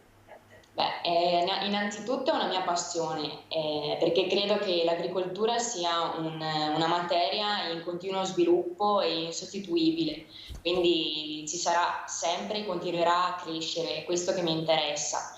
E un'altra cosa che mi ha spinto a seguire questi studi è appunto il fatto dell'azienda familiare che già abbiamo. Sindaco, una ragazza giovanissima ma molto concreta e molto determinata, è vero? Sì, non è la sola, perché abbiamo anche l'avvocato Giorgio Crepaldi, che è poco più di 30 anni, che ha delle deleghe importanti, urbanistica, patrimonio, perciò diciamo che è una giunta che ha voluto dare molto spazio a queste nuove persone, perché Adria si deve dare una mossa, diciamo, e loro sicuramente sono molto propositivi, e questo mi fa ben sperare. Sarà un po' come avere una delle sue figlie in giunta? Beh, diciamo di sì, allora, loro lo sanno che tutta la comunicazione che abbiamo fatto in campagna elettorale è stata fatta da loro, e perciò sono stato molto molto felice che abbiamo avuto un quid, diciamo, positivo, e abbiamo fatto una bellissima campagna elettorale, parlando di programmi senza mai parlare male dei nostri avversari, che sono avversari, non nemici da abbattere, lo sottolineo questo, non abbiamo mai parlato male di nessuno, e i risultati ci hanno dato ragione. Perciò quei giovani dobbiamo iniziare. Io nel mio manifesto elettorale ho 3 parole: rispetto, passione e cuore. Chi si ritrova in queste 3 parole farà sicuramente parte della mia squadra. Benissimo, un'ultima domanda. Vittoria, hai un modello politico a cui ti ispiri? Ma per ora ho solo un'ideologia, però devo ancora capire in quale modello, diciamo, mi identifico, mi rappresenti, quindi sarà una cosa che capirò strada facendo. Certamente, intanto sei te stessa e questo mi sembra già una bellissima cosa. Grazie a entrambi per questo collegamento, in bocca al lupo allora per la prima giunta e buon lavoro a entrambi. Grazie mille. Grazie allora al sindaco di Adria Massimo Barbuiani e Vittoria Pacagnella, suo assessore, l'abbiamo vista giovanissima e davvero determinata a dare il suo contributo. Ritorniamo in diretta da Padova con il nostro Federico Fusetti, che vedo in un altro scenario ancora, perché a Padova, lo ricordiamo, sono in corso le celebrazioni di Sant'Antonio che la nostra emittente Rete Veneta sta mandando in diretta da questa mattina davvero all'alba. A te Federico. Buongiorno Lina, buongiorno ai telespettatori, ribuongiorno. Adesso vi accompagniamo io e Simone Merlo all'interno della Basilica, alle mie spalle la tomba di Sant'Antonio, e qui è ininterrotto il flusso di fedeli fin da questa mattina alle 5:30, quando c'è stata la prima messa e sono state aperte le porte della Basilica, e anche qui finché io e Simone aspettavamo un flusso continuo di persone che arrivano da tutto il mondo, una preghiera, una mano posata sulla tomba del santo e il flusso continuo con i volontari a gestire, proprio per evitare che la gente si fermi troppo, ma non perché si voglia togliere loro lo spazio per la preghiera, ma perché questa coda arriva fin fuori sul sagrato, quindi veramente migliaia. Si presume, è difficile dare numeri, che oggi si supereranno i 30.000 pellegrini che hanno toccato in questi giorni la tomba e che hanno pregato proprio qui. Poco fa citavi la diretta di Rete Veneta, abbiamo mostrato la benedizione del pane, un altro dei punti fermi della tradizione, con padre Giancarlo e padre Mario, che hanno benedetto il pane in italiano e in inglese, perché Sant'Antonio, lo sapete, ha devoti in tutto il mondo.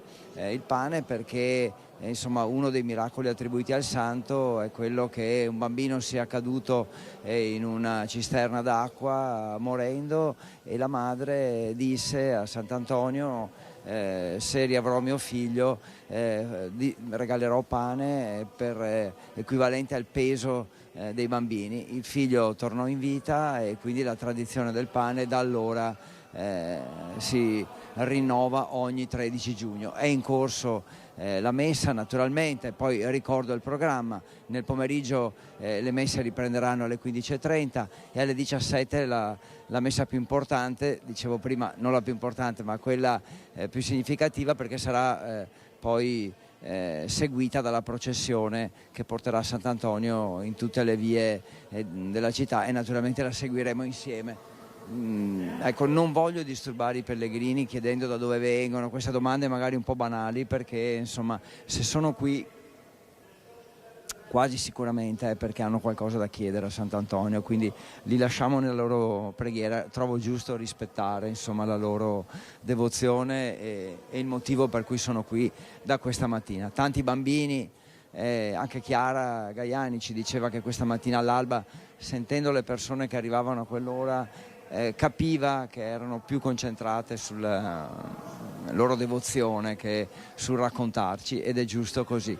Lina, se vuoi ci sentiamo più tardi, ci spostiamo ancora, ma come dicevo prima, un'emozione fortissima essere qui. Grazie Federico, lo sentiamo dalle tue parole. Grazie, certo manteniamo aperta questa finestra perché è un'emozione che arriva, la tua e delle persone che sono lì, e come dici bene ognuno ha i propri sentimenti e le proprie motivazioni in questa giornata importante per Padova, per il Veneto, per il mondo intero, visto che lo hai ricordato, Sant'Antonio, il santo portoghese che poi è morto appunto a Padova, ha fedeli davvero in tutto il pianeta. Prima di andare al prossimo servizio vi leggo Una notizia battuta poco fa dalle agenzie che riguarda l'Electrolux di Susegana, perché i lavoratori dell'azienda dello stabilimento appunto di Susegana, siamo alle porte di Conegliano, saranno posti in cassa integrazione per un'intera settimana, prima volta nella storia della fabbrica, dal 19 al 23 giugno prossimi. Lo ha comunicato questa mattina la direzione aziendale alle rappresentanze sindacali interne. Alla base della decisione, spiegano le stesse RSU, il calo di vendite di frigoriferi che ha portato a prevedere per la fine di giugno una produzione di 642.000 pezzi dall'inizio dell'anno contro i 678.000 pronosticati quando era ancora all'inizio di gennaio. L'azienda, che ha osservato una giornata di cassa integrazione anche ieri, in questa settimana si fermerà pure giovedì 15 e venerdì 16. Bisognerà capire naturalmente quali sono anche le motivazioni di questa riduzione di fabbisogno, se possa essere legato, chi lo sa, magari anche al caldo che ancora non arriva o altre dinamiche ancora differenti. Restiamo sulla cronaca, andiamo a Roncade, perché ha destato davvero grandissima impressione la tragica morte di Gastone Feltrin, l'imprenditore di 65 anni che ha perso la vita nell'ennesimo incidente sulla Treviso Mare, che negli ultimi giorni in provincia di Treviso ha mietuto addirittura 4 vittime. La procura ha aperto un'inchiesta per omicidio colposo a carico di ignoti. Resta da capire a chi appartenga il cavo che è costato la vita a questo centauro. Il cavo a terra, spuntato all'improvviso per diventare un'assurda arma mortale, e poco distante il corpo senza vita di Gastone Feltrin. La maledizione della Treviso Mare passa anche per queste tragiche, incredibili istantanee. Nemmeno il tempo di riprendersi dalla morte di Ludovico, Valeria e Dominga nella strage di venerdì notte, e la strada conta un'altra vittima in un incidente che la accomuna invece per assurda dinamica al dramma di Dina Zanatta, schiacciata dal carico di cemento del tir a San Biagio di Callalta.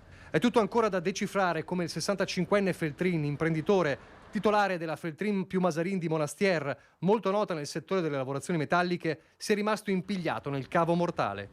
Stava tornando a casa dopo un giro in Harley Davidson, una delle sue grandi passioni, sotto un violento nubifragio. Gli rimaneva poco più di 1 chilometro e sarebbe arrivato in via per Monastiera a Vallio, dove abitava con la famiglia.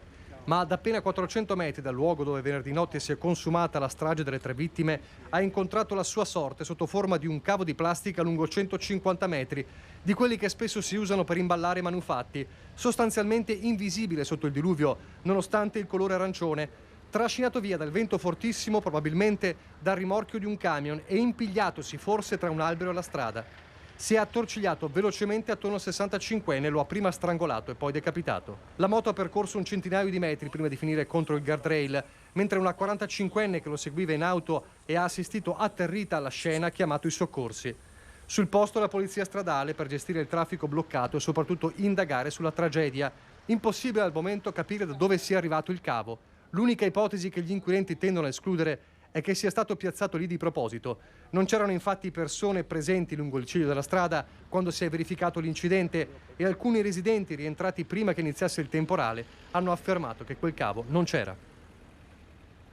Un'intera comunità, quella di Roncade, sotto shock, ma anche quella di Monastier per la morte di Gastone Feltrin. Andiamo a sentire proprio il sindaco di Roncade. Per me è molto difficile. Da quando ho saputo la notizia e potuto ricollegare il nome alla persona, non sono più riuscita a recuperare una serenità. Una morte inspiegabile. Un'intera comunità sotto shock, quella di Roncade, che si stringe attorno alla famiglia Feltrin. Siamo distrutti, ci hanno detto. Gastone era sempre prudente, non riusciamo a capire come sia potuto succedere. Non si può morire così. Ci si chiede ma perché a morire sono persone così buone, così generosi, così leali. Non era solo una persona laboriosa, era una persona di una discrezione unica, ma una persona di un'infinita generosità. Imprenditore e padre, era molto conosciuto nella frazione di Vaglio, dove abitava con la famiglia, ma anche in tutta Roncade. Gastone Feltrin era anche un alpino, fin da giovanissimo, impegnato nel volontariato, una vita spesa per gli altri. Persona di una infinita, squisita dolcezza. Si rendeva utile su qualsiasi fronte, dal volontariato in tutti i campi, poi è riuscito appunto insieme alla sua famiglia e al figlio, insomma, a fare di Vaglio anche una frazione molto molto importante, una vita dedicata al lavoro, alla famiglia e direi al volontariato. Il motociclista 65enne è la quarta vittima sulla Treviso Mare in soli 3 giorni. Si riaccende così il dibattito sulla sicurezza stradale e su quel tratto di strada che troppo spesso è teatro di tragici incidenti. Ci auguriamo che la Polstrada dia il via libera per installare un'auto Velox, dice la sindaca Zottarelli, anche se da solo non basta. Serve creare più consapevolezza perché quando si guida si ha in mano un'arma. Occorre realizzare in tutti i punti critici degli interventi che consentano di evitare l'immissione pericolosa sulla Treviso Mare o l'immissione a sinistra che magari può creare delle difficoltà anche a chi sopraggiunge e creare le condizioni per un incidente. Dopodiché ci sono altri punti in cui è necessario di nuovo creare una situazione di maggior sicurezza attraverso la realizzazione di rotonde. Davvero un incidente sconcertante questo di cui ci ha parlato anche il sindaco Zottarelli. Allora noi adesso ci fermiamo, previsioni del tempo perché si prevede ancora maltempo nella nostra regione, adesso andremo a sentirlo, un po' di pubblicità e poi ritorniamo in studio, a tra poco.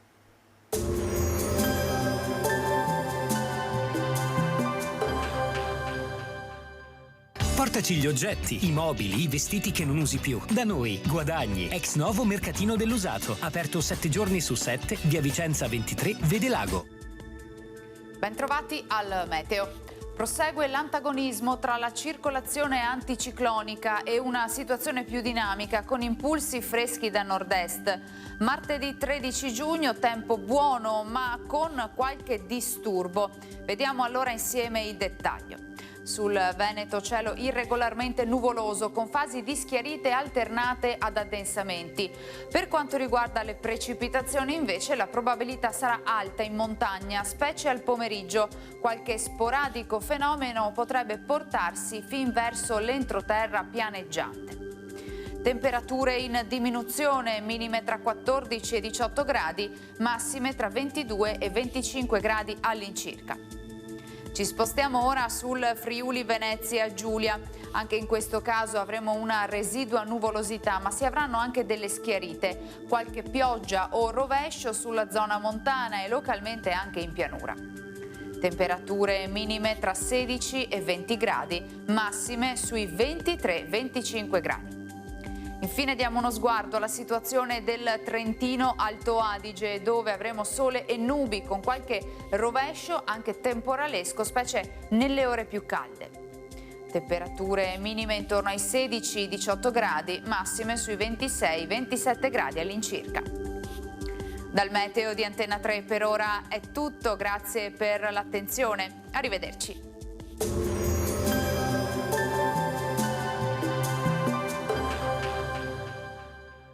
Portaci gli oggetti, i mobili, i vestiti che non usi più. Da noi, Guadagni, ex novo mercatino dell'usato. Aperto 7 giorni su 7, via Vicenza 23, Vedelago.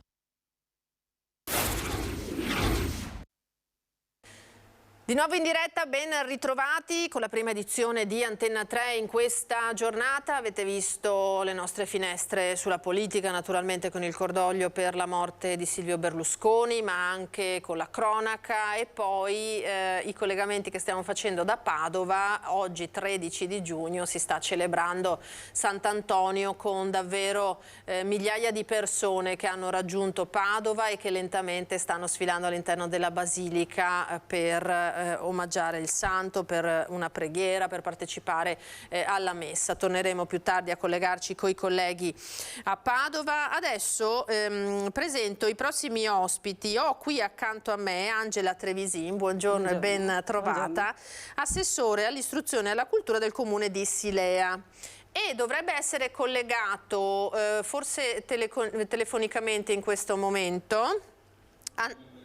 Non è collegato, vabbè, lo aspettiamo. Andrea Pontello, che è assessore invece a Ponte nelle Alpi, perché questi due comuni sono i due comuni del Veneto che hanno per il momento dato vita e proceduto a questi patti digitali di comunità. Chiederei alla regia a questo punto di mostrarci subito, se possibile, proprio il servizio che riguarda i patti digitali che abbiamo realizzato da Silea. Vediamo, il servizio è all'inizio della nostra scaletta proprio per trattare questo tema, eccoli qua, e così poi, una volta visto il servizio, spieghiamo più approfonditamente ancora di cosa si tratta. Vediamo.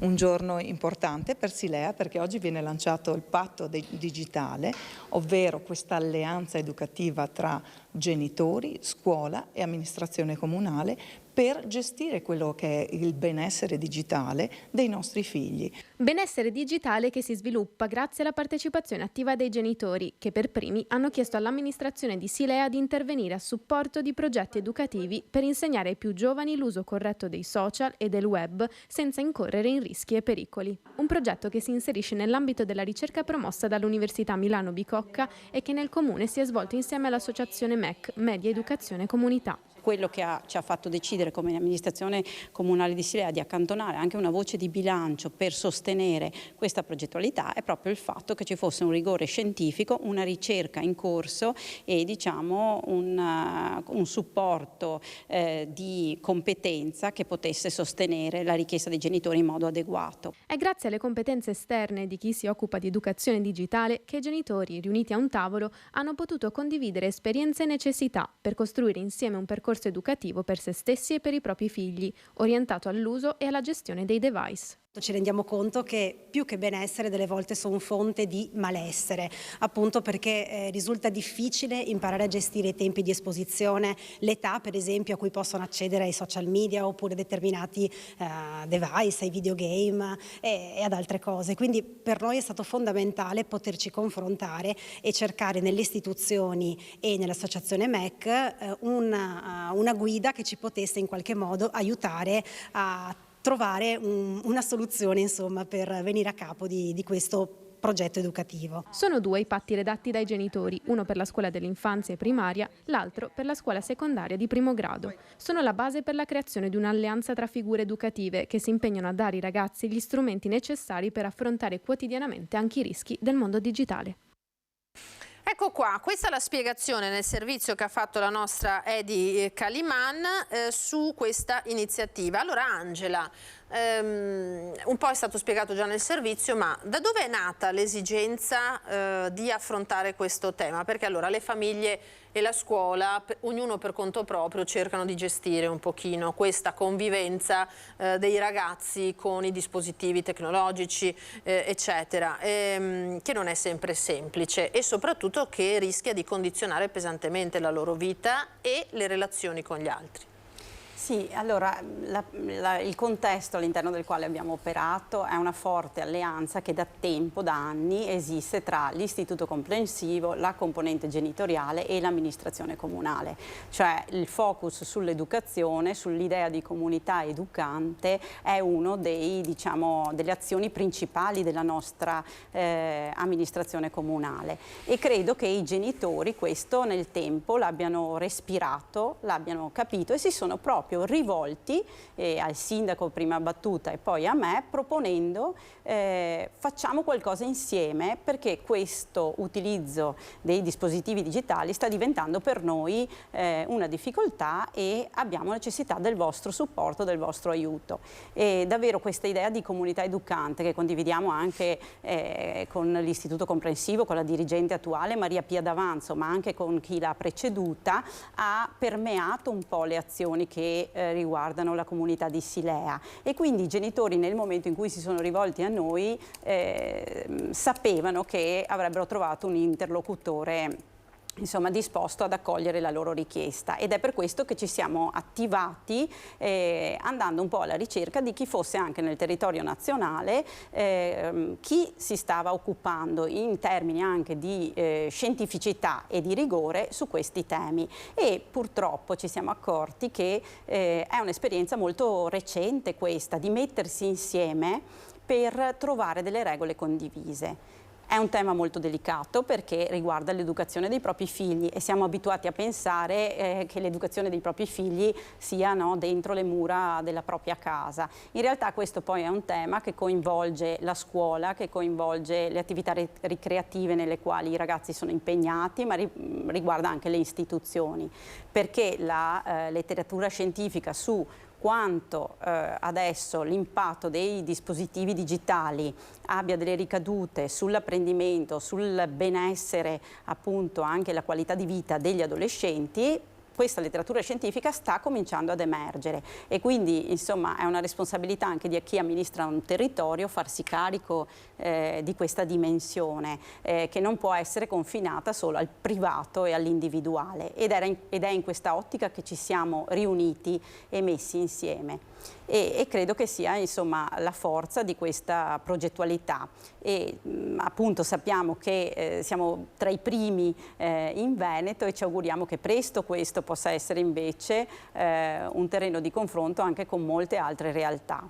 È faticoso, è impegnativo, perché i genitori si sono messi proprio in gioco in prima persona, hanno affrontato un percorso di formazione attraverso l'associazione MEC, Media Educazione Comunità di Udine, che insieme all'Università Milano Bicocca e al Centro di Ricerca Benessere Digitale si sta occupando proprio della promozione di queste regole condivise costruite dal basso. Cioè sono stati i genitori di Silea che hanno costruito le loro regole di patti digitali, e anche questo, un mettersi in discussione, un mettersi in gioco rispetto ad altre realtà educative e ad altre famiglie, non è per niente banale, non è per niente scontato, ed è per questo che come amministrazione va il nostro profondo ringraziamento sia alla scuola che ha condiviso con noi questa azione educativa, ma soprattutto ai genitori che hanno costruito questi patti e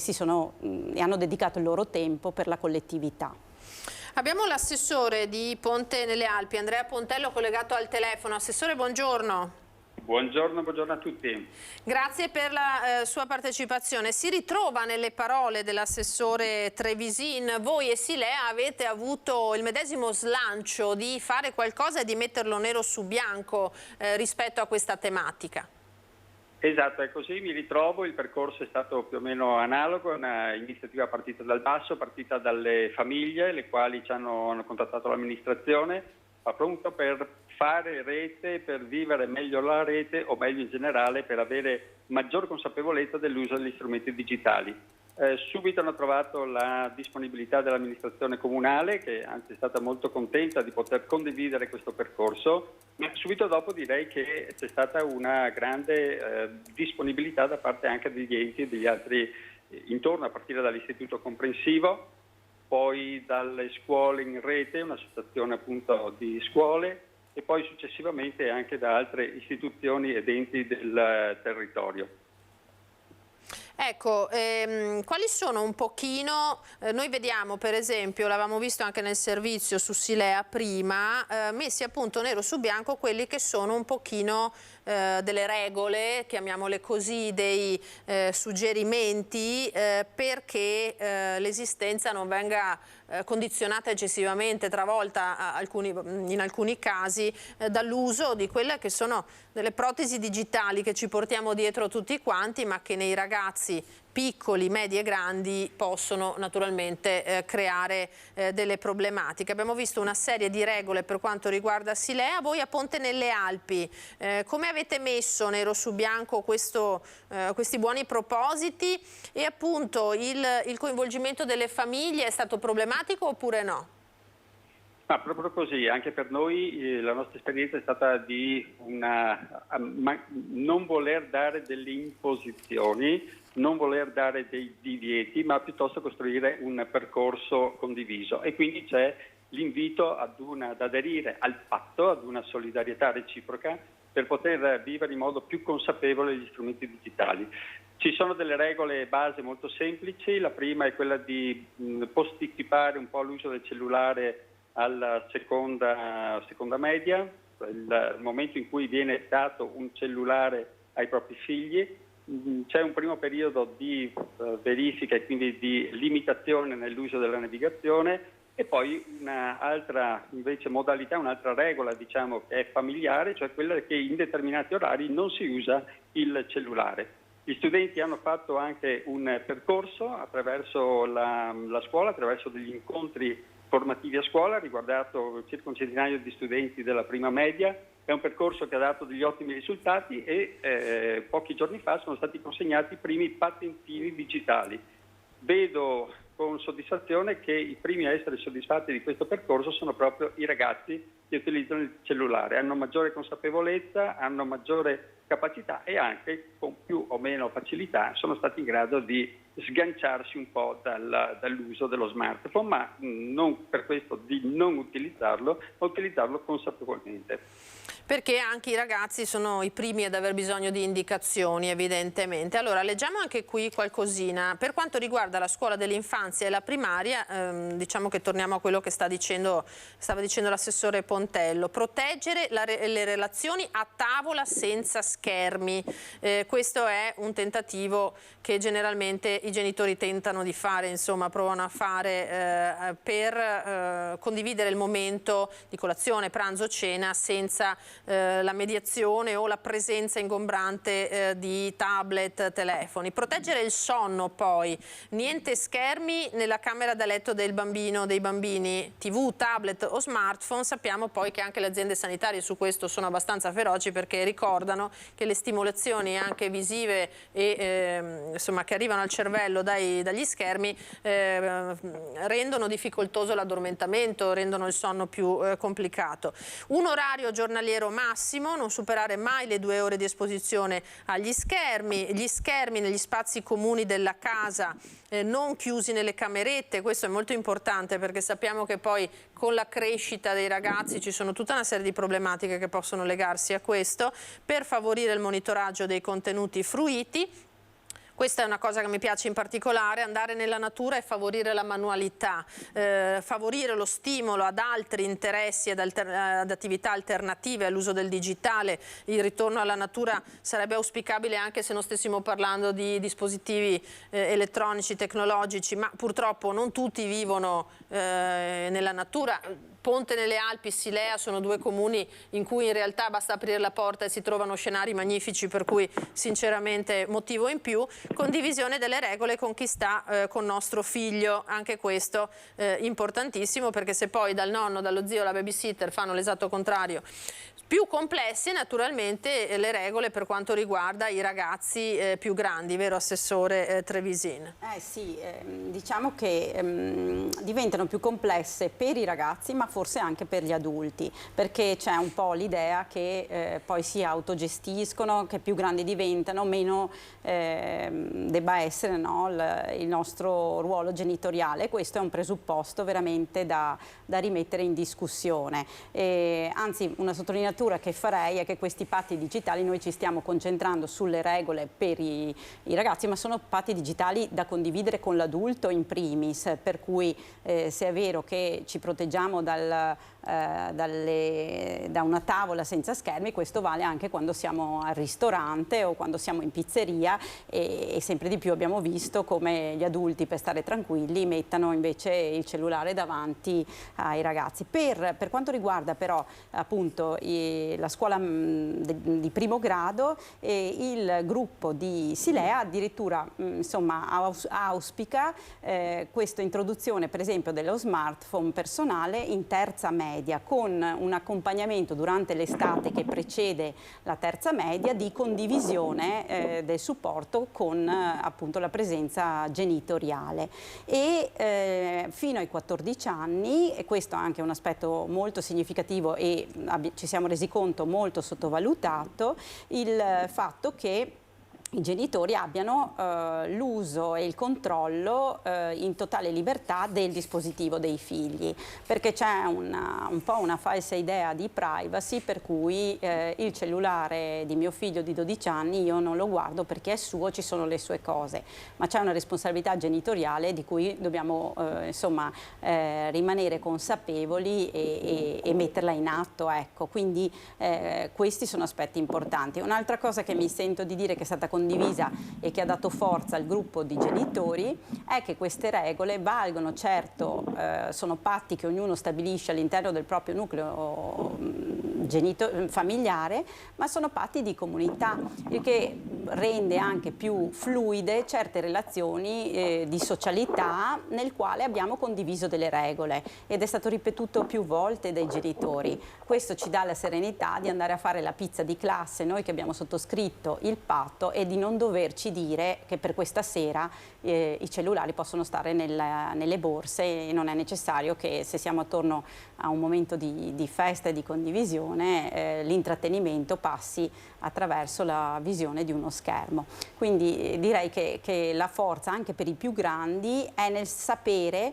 che anche il mio amico, anche la mia amica condividono con me le regole che i nostri genitori si sono dati per noi, e questo non è un aspetto banale, non è scontato, ed è quello che crea a volte molta tensione tra genitori e figli nel guardare cosa fanno gli altri e nel trovare appunto situazioni di disparità di regole, ecco. Quindi patti chiari, verrebbe da dire, sì, no? sì. Perché se effettivamente tutti sanno come ci si deve comportare, sì, nessuno si meraviglia, non devono nascere con gli adulti, a quel che capisco, che sono tenuti naturalmente a dare il primo buon esempio. Esatto, esattamente. Assessore Pontello, vi siete trovati quasi d'accordo sulla grande questione di a che età dare il cellulare a mio figlio, no? È stato un pochino più severo il comune di Silea, ha sentito?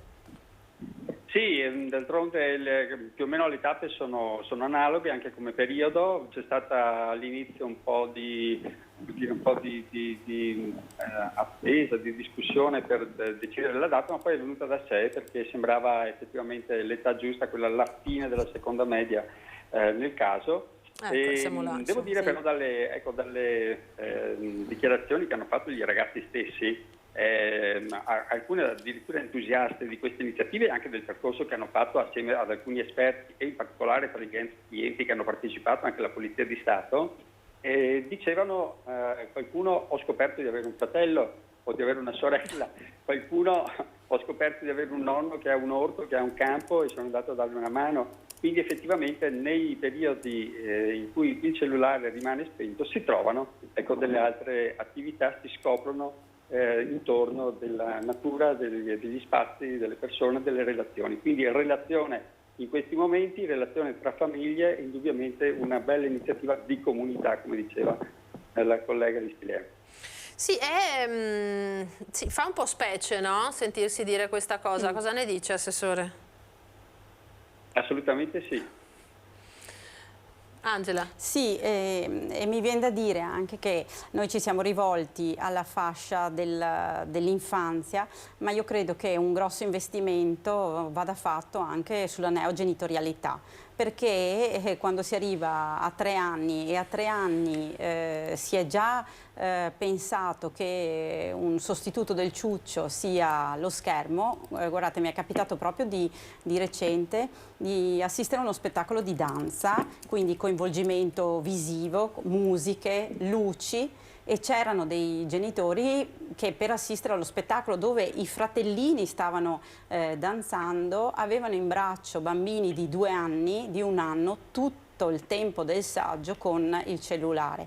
Quindi penso che un grosso investimento vada fatto anche nei corsi preparto. Quello che questi patti digitali mettono in campo è davvero una consapevolezza, perché adesso non si può più fare finta di non sapere quali sono anche veramente, non per creare allarmismi, ma i danni e le correlazioni che si stanno evidenziando scientificamente tra ritardi dello sviluppo dell'apprendimento oppure un ritardo dello sviluppo in determinati ambiti cognitivi rispetto all'età in cui si è iniziato a utilizzare il dispositivo. E quindi credo che il nostro lavoro abbia gettato un seme anche in una diffusione di pensiero rispetto a questi temi, perché la mia impressione è che ci sia comunque ancora una sottovalutazione di quella che è la problematica e l'impatto di quello di cui stiamo parlando. Assessore Pontello, cosa ne pensa? Potreste essere di spunto anche per altre amministrazioni? Altro che lo spero, perché questa iniziativa è effettivamente un percorso, direi un percorso che è coinvolgente, un percorso che cresce, che ha un seguito eccezionale. Come detto prima, ci sono alcune istituzioni che hanno favorito questa impostazione, la scuola, prima di tutto l'istituto comprensivo, ma poi anche associazioni locali come il Filò Sant'Andrea, presso il quale si sono inizialmente ritrovate le famiglie, e poi adesso stiamo andando verso le 100 famiglie che aderiscono a questo patto e via via stanno crescendo i numeri.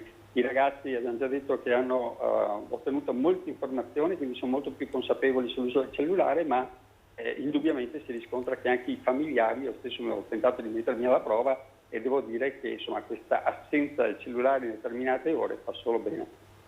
Ecco, e su queste parole noi ci fermiamo. Grazie a entrambi, grazie ad Andrea Pontello, assessore a Ponte nelle Alpi, buon lavoro, grazie, e Angela Trevisina, assessore all'istruzione e alla cultura di Silea, per aver aperto una finestra su questo tema che è molto interessante. Penso anche per chi ci ha ascoltato da casa, far riflettere su queste tematiche non è sempre facile, non tutte le situazioni sono uguali, ciascun genitore si sarà sentito magari colpito per quello che lo riguarda da uno o un altro aspetto, ma c'è un cominciare per tutto, mettiamola così, no? Nessuna colpevolizzazione di nessuno. La vita di adesso è complessa, lo sappiamo tutti, sappiamo che è difficile fare i genitori e fare tutto il resto, no Angela? E quindi un pochino alla volta si possono fare dei progressi, non occorre stravolgere la propria realtà. Grazie mille ancora per questa iniziativa che avete portato avanti. Allora, in regia sempre Alessandro Granziera e Alberto Pivetta. Noi adesso vediamo il contributo che ci ha mandato da Belluno il nostro Lucio Zanato, perché questa settimana è anche la settimana che ci porterà alla Dunata Triveneta degli Alpini a Belluno, che come sempre la nostra emittente seguirà in diretta da vicino. Ci sono molte cose, molte attività che si stanno predisponendo in vista della 3 giorni di eventi che partirà ufficialmente venerdì, e quindi sentiamo il nostro Lucio Zanato cosa ci racconta anche relativamente alla protezione civile coinvolta in questo evento. Lucio. Buongiorno al centro di Belluno, come vedete sono al Parco Comunale Città di Bologna. Perché? Perché mentre aspettiamo la Dunata Triveneta degli Alpini cerchiamo di capire cosa succede qui insieme al Presidente della sezione Alpini. Buongiorno Presidente. Buongiorno. Qui ci ha portato perché qui ci sono 2 momenti importanti che avete già organizzato. Certamente, qua ci sarà la cittadella della protezione civile, di conseguenza verrà allestito il campo con tutta l'attrezzatura della colonna mobile nazionale e con quella della sezione Alpini di Belluno. L'altra cosa importante che verrà allestita sarà la parte relativa ai campi scuola. Ecco, torniamo alla prima, cioè chi verrà qui, intanto quando sarà allestita, quando sarà visitabile, e che cosa troverà, ad esempio una famiglia oppure semplicemente una persona curiosa, che cosa troverà qua? Sì, allora sarà visitabile da venerdì alle ore 17, che inizierà appunto con il taglio del nastro. Sarà visitabile per tutte le strutture che abbiamo nella colonna mobile nazionale. Di conseguenza uno si fa l'idea sia per i casi di emergenza cosa succede nelle file della protezione civile, sia soprattutto per dare così un segnale di conoscenza ai nostri ragazzi di quella che è l'attività vera e propria di protezione civile. Quindi si troveranno ad esempio apparati radio, ma si troverà anche ad esempio macchine particolari per il soccorso?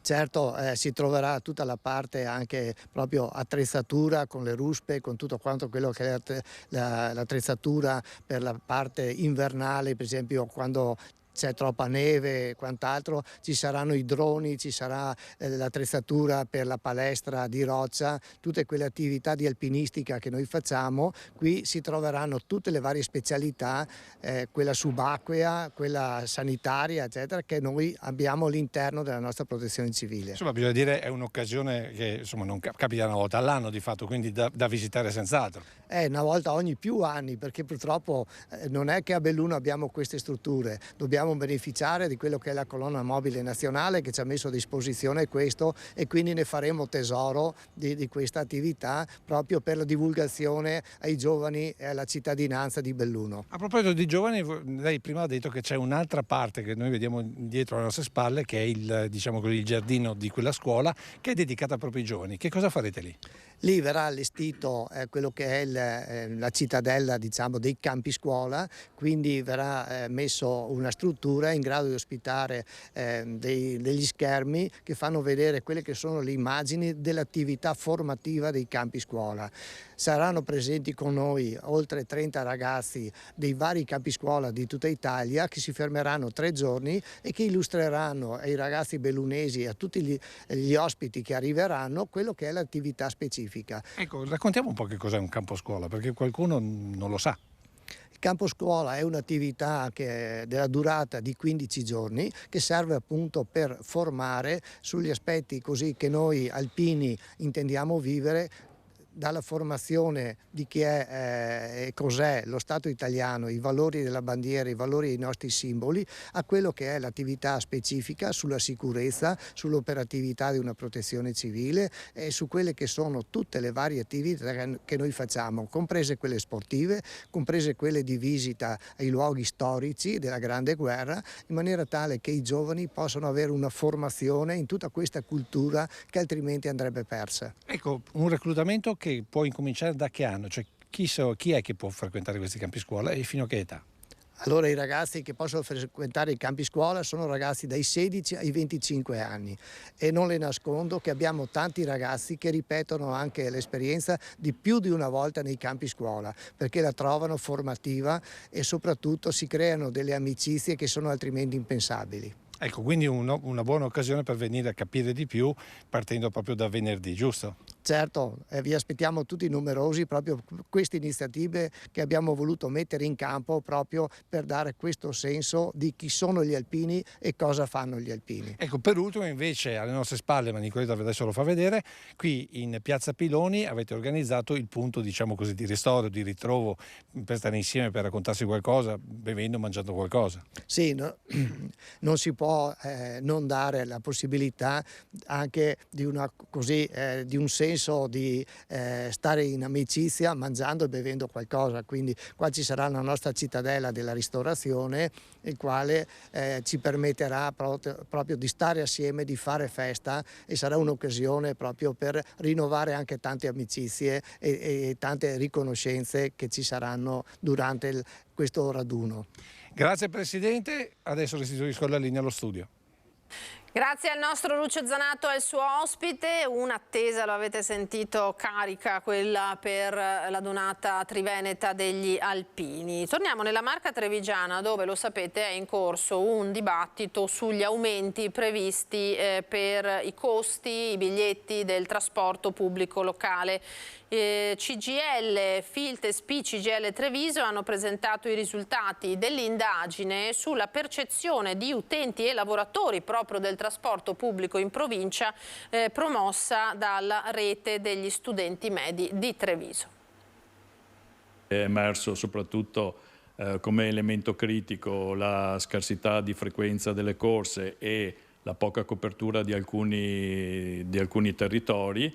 Se colleghiamo questo all'aumento dei biglietti, il problema capiamo che è la gestione politica che si vuole dare del servizio di trasporto pubblico locale. E sono gli studenti che maggiormente hanno partecipato al sondaggio a chiedere a gran voce che si intervenga per migliorare il trasporto pubblico della Marca. L'aumento di prezzi e la scarsità di corse e collegamenti crea un divario difficilmente sanabile. Il fatto che degli abbonamenti ai servizi di trasporto pubblico, dei biglietti dell'autobus con prezzi comunque non indifferenti, soprattutto per famiglie con più figli, che adesso vedranno anche un aumento, determinano un vero e proprio ostacolo al diritto allo studio. E da anni SPI-CGIL chiede una riduzione di costi degli abbonamenti per ISEE minori di 15.000 euro. Alcuni anni fa avevamo tentato una tariffa sociale, in questo caso un abbonamento sociale, per chi ha un ISEE al di sotto i 15.000 euro. Non c'è stato nulla da fare. Ci hanno detto rivolgetevi ai comuni, cosa che noi stiamo facendo con le piattaforme che andiamo a proporre ogni anno.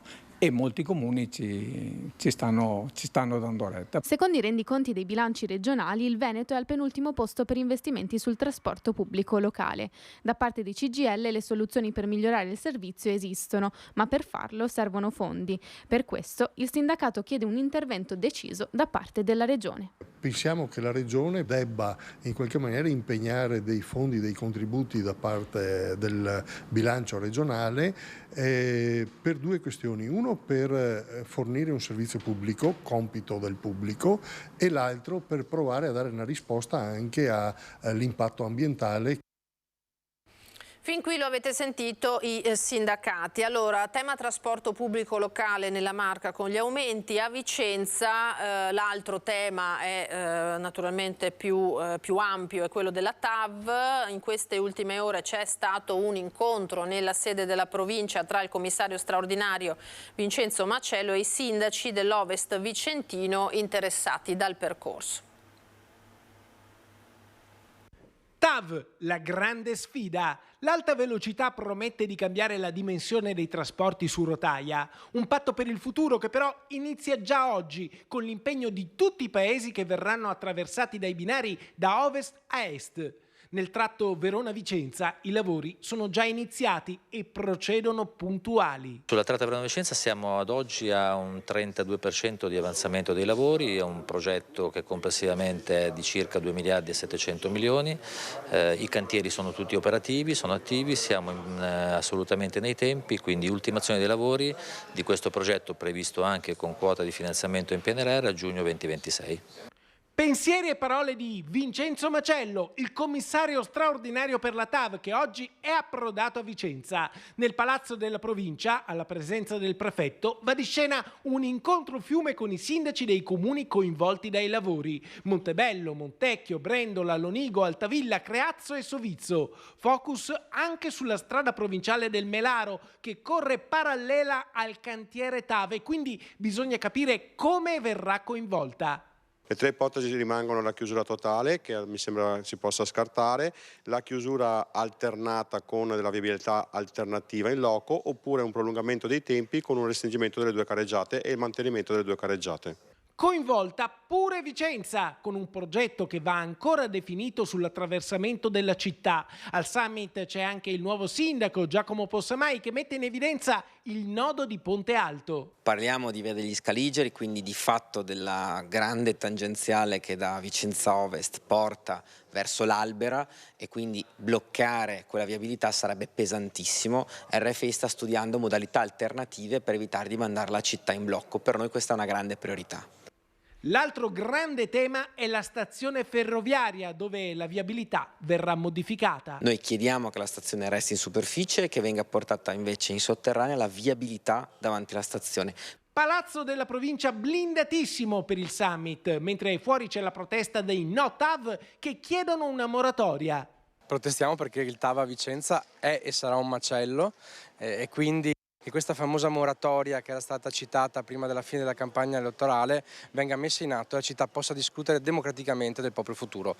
Oggi è evidente che l'opera non può più essere fermata perché è arrivata alle porte di Vicenza, quindi la moratoria è nei fatti, cioè la moratoria è nella modalità di discussione che noi stiamo portando avanti con RFI e quindi una trattativa seria, dura e fino in fondo per difendere la città e per fare in modo di portare a casa modifiche importanti. E all'incontro con il commissario straordinario della TAV c'erano tutti i sindaci del Vicentino interessati dai lavori. Vediamo. Emerge che siamo molto preoccupati perché il traffico che si verrà a scaricare sulla 500, sulla strada del Melaro con l'apertura delle SPV sarà difficile da gestire e congestionerà sicuramente i traffici locali. La viabilità è carente da una vita e purtroppo paghiamo adesso tutti questi cantieri in un colpo solo. I problemi della strada del Melaro sono appunto quelli di una difficile convivenza fra cantiere e viabilità. Si stanno cercando le soluzioni. Ricordo che la strada del Melaro è di competenza della provincia, però abbiamo serenamente condiviso la necessità di concordare tutti gli interventi e io sono fiducioso che si riesca a trovare una quadra. Una piaga del nostro comune, che riguarda non solo il nostro comune ma la viabilità della nostra zona, è l'inizio della realizzazione della famosa rotatoria, famosa perché è da un anno che è stato promesso l'inizio dei lavori e ancora non abbiamo visto la luce, ovvero la rotatoria di Ronchi che porta anche al campo base della TAV, quindi è una opera che doveva essere propedeutica alla realizzazione del campo base. Ricordo un campo base che serve tutta la tratta da Montebello a Vicenza di 350.000 metri quadrati e quindi molto impattante anche sul territorio e sulla viabilità. Incrocio pericoloso, l'ultimo incidente dove c'è stato un ferito grave è di martedì 6, quindi martedì scorso, quindi chiediamo venga aperto il cantiere il prima possibile. Il cavalca ferrovia di Via Battaglia è l'opera conclusa di Montechiomaggiore, un'opera importantissima perché collega praticamente la strada regionale 11 con la strada provinciale del 500, quella che va all'Unigo, con la strada del Melaro, ma soprattutto anche con l'uscita del Casello. E quindi quell'opera lì è finita e a breve potranno passare i veicoli. Bisogna anche dirci che comunque ci sarà un aumento del traffico e un incremento del traffico sulle strade storiche. Strada storica è la strada regionale 11, quella che collega Vicenza da Verona. E su quella strada lì molto probabilmente qualche guidatore preferirà fare delle strade alternative e quindi andrà a intasare i vari comuni. Ecco. Il fatto di trovarsi e cercare di fare squadra è proprio questo, cioè cercare di trovare delle soluzioni che non vadano a svantaggio dell'uno dall'altro ma che cercano di compenetrarsi, quindi di creare meno disagio in generale, che questo è lo scopo. Questa è la questione TAV a Vicenza. Noi torniamo con un'altra finestra a Padova per le celebrazioni di Sant'Antonio in questa giornata. A te Federico. Buongiorno Lina, sì, siamo ancora collegati con il sagrato della Basilica di Sant'Antonio.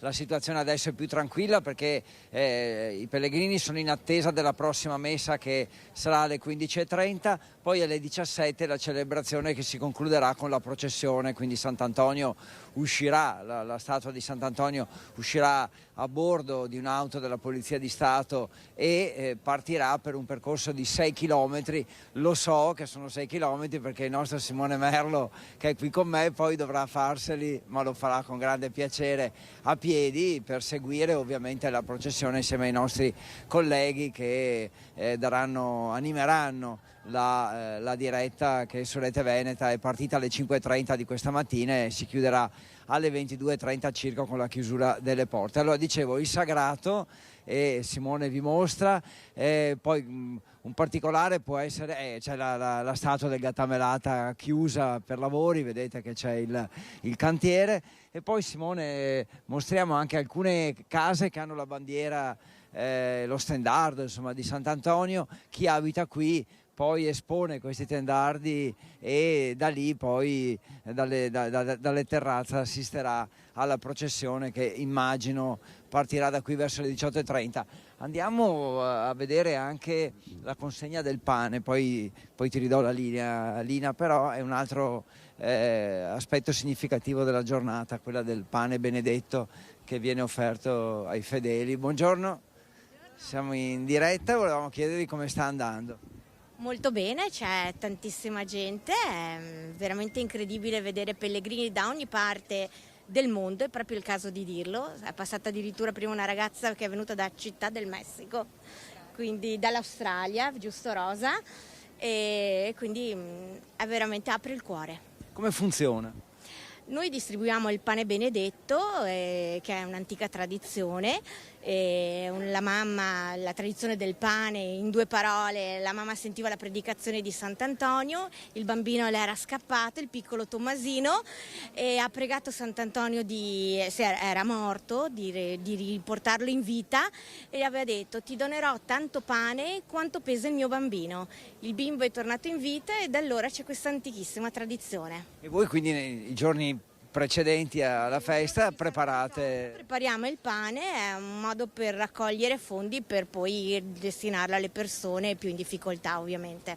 Grazie davvero, grazie, buon lavoro e buona continuazione, grazie. Ecco, spaccati diciamo della festa che regalano sempre emozioni, dire questi racconti. Lina, direi insomma che possiamo ridarti la linea e poi nel pomeriggio insomma continuerà questa grande festa con i pellegrini che avete sentito arrivano da tutto il mondo. Grazie Federico Fusetti, grazie per questi spaccati su questa festa molto molto sentita, grazie a te, grazie a Simone Merlo. Noi andiamo per un paio di minuti in break e torniamo tra pochissimo. Di nuovo in diretta, prima edizione di Antena 3, ultima parte, ultimi minuti di questa nostra diretta di oggi, poi in attesa naturalmente dei telegiornali di questa sera. Allora, prima di andare a Venezia, a Mestre, dove ci aspetta Ilaria Marchiori, vi leggo una notizia da poco battuta dalle agenzie: salviamo la sanità pubblica, il 15 manifestazioni in 34 città, medici, sanitari e 18 associazioni in piazza in tutte le regioni.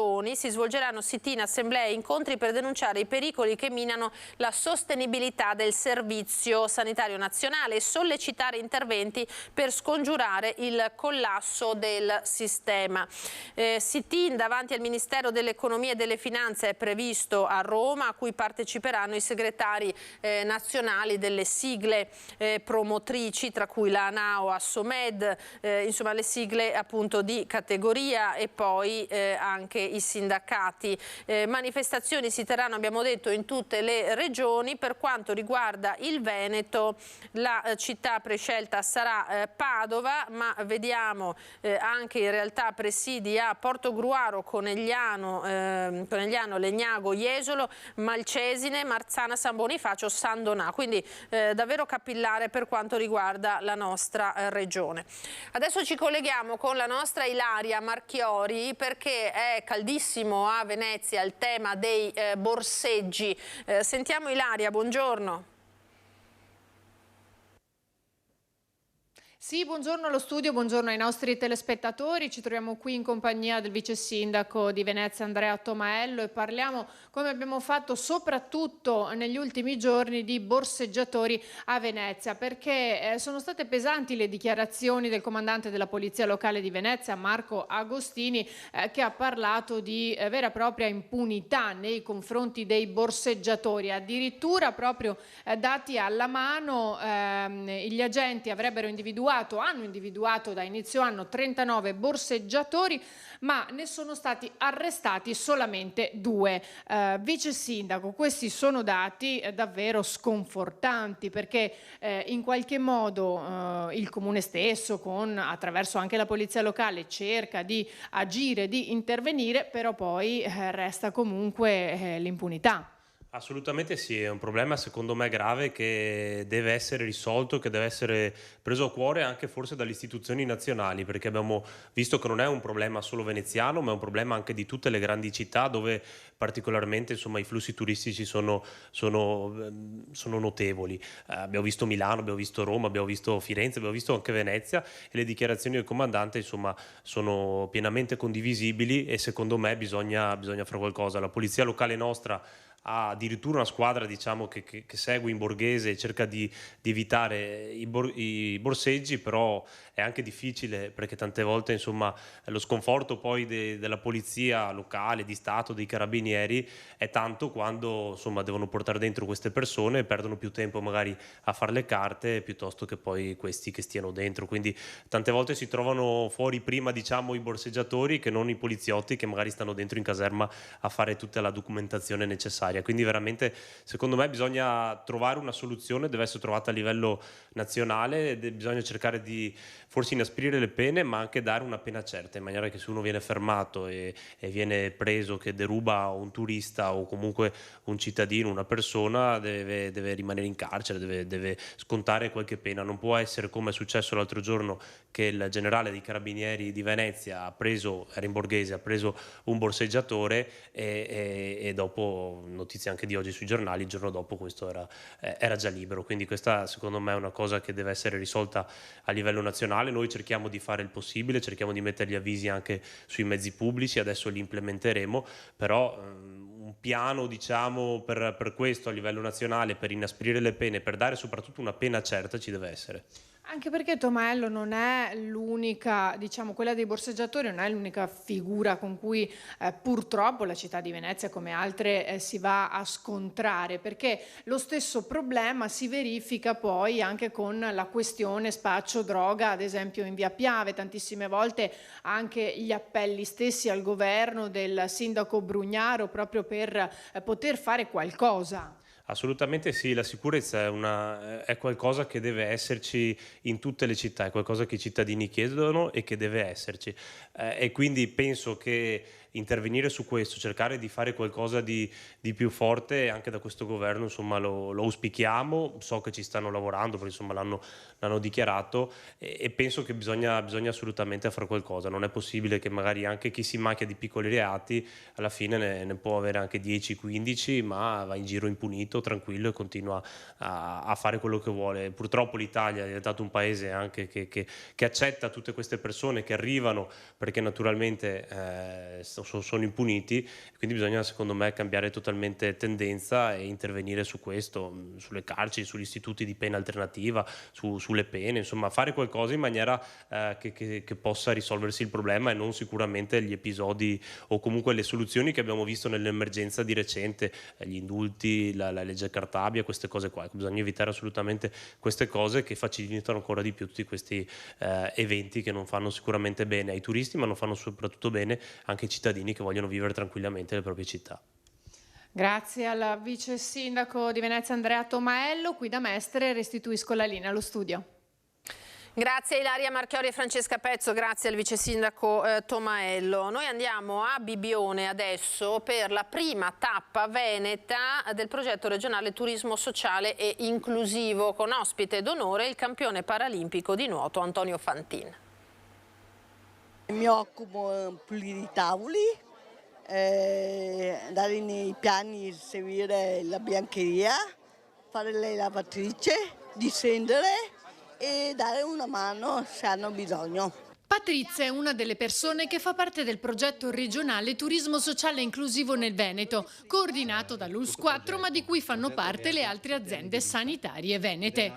Giunto al 7° anno, l'obiettivo del progetto è quello di pensare e riprogettare luoghi e servizi del comparto turistico per renderli accessibili a tutti senza distinzioni, anche inserendo persone disabili nel mondo del lavoro. Il progetto maturo è entusiasmante. Da oggi in poi tutte le località turistiche del Veneto, quindi tutte le aziende sanitarie, tutti i comuni coinvolti, tutti i partner operativi saranno attivi nelle diverse iniziative. È un progetto che è partito dal mare ma che oggi tocca a 360 gradi tutto il Veneto, quindi la montagna, i fiumi, le città d'arte, i musei.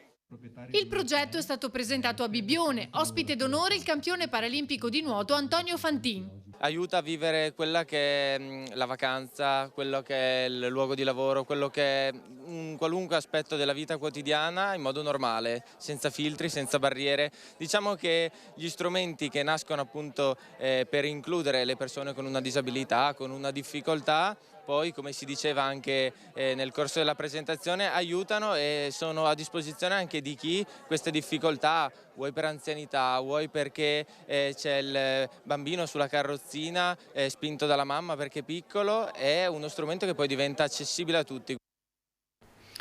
Vi ricordo, prima di chiudere, il sondaggio di oggi legato alla morte di Silvio Berlusconi. Forza Italia rischia di sparire, secondo voi? Come sempre, per rispondere utilizzate i due numeri che vedete in sovraimpressione per dire di sì o di no, e l'esito del sondaggio lo vedremo rivelato poi questa sera a Ring dalle 21:15, la prima serata di Antena 3 dedicata alla politica.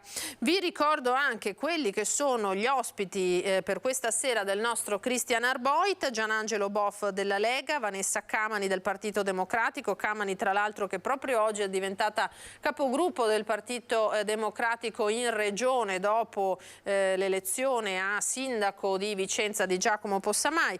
Emanuele Crosato di Forza Italia, Nicola Talmi della CGIL, Claudio Borgia di Fratelli d'Italia, e poi collegato da Belluno il sindaco Oscar De Pellegrin, e Sebastiano Favero, presidente nazionale dell'ANA, per parlare naturalmente della dunata triveneta degli alpini di domenica.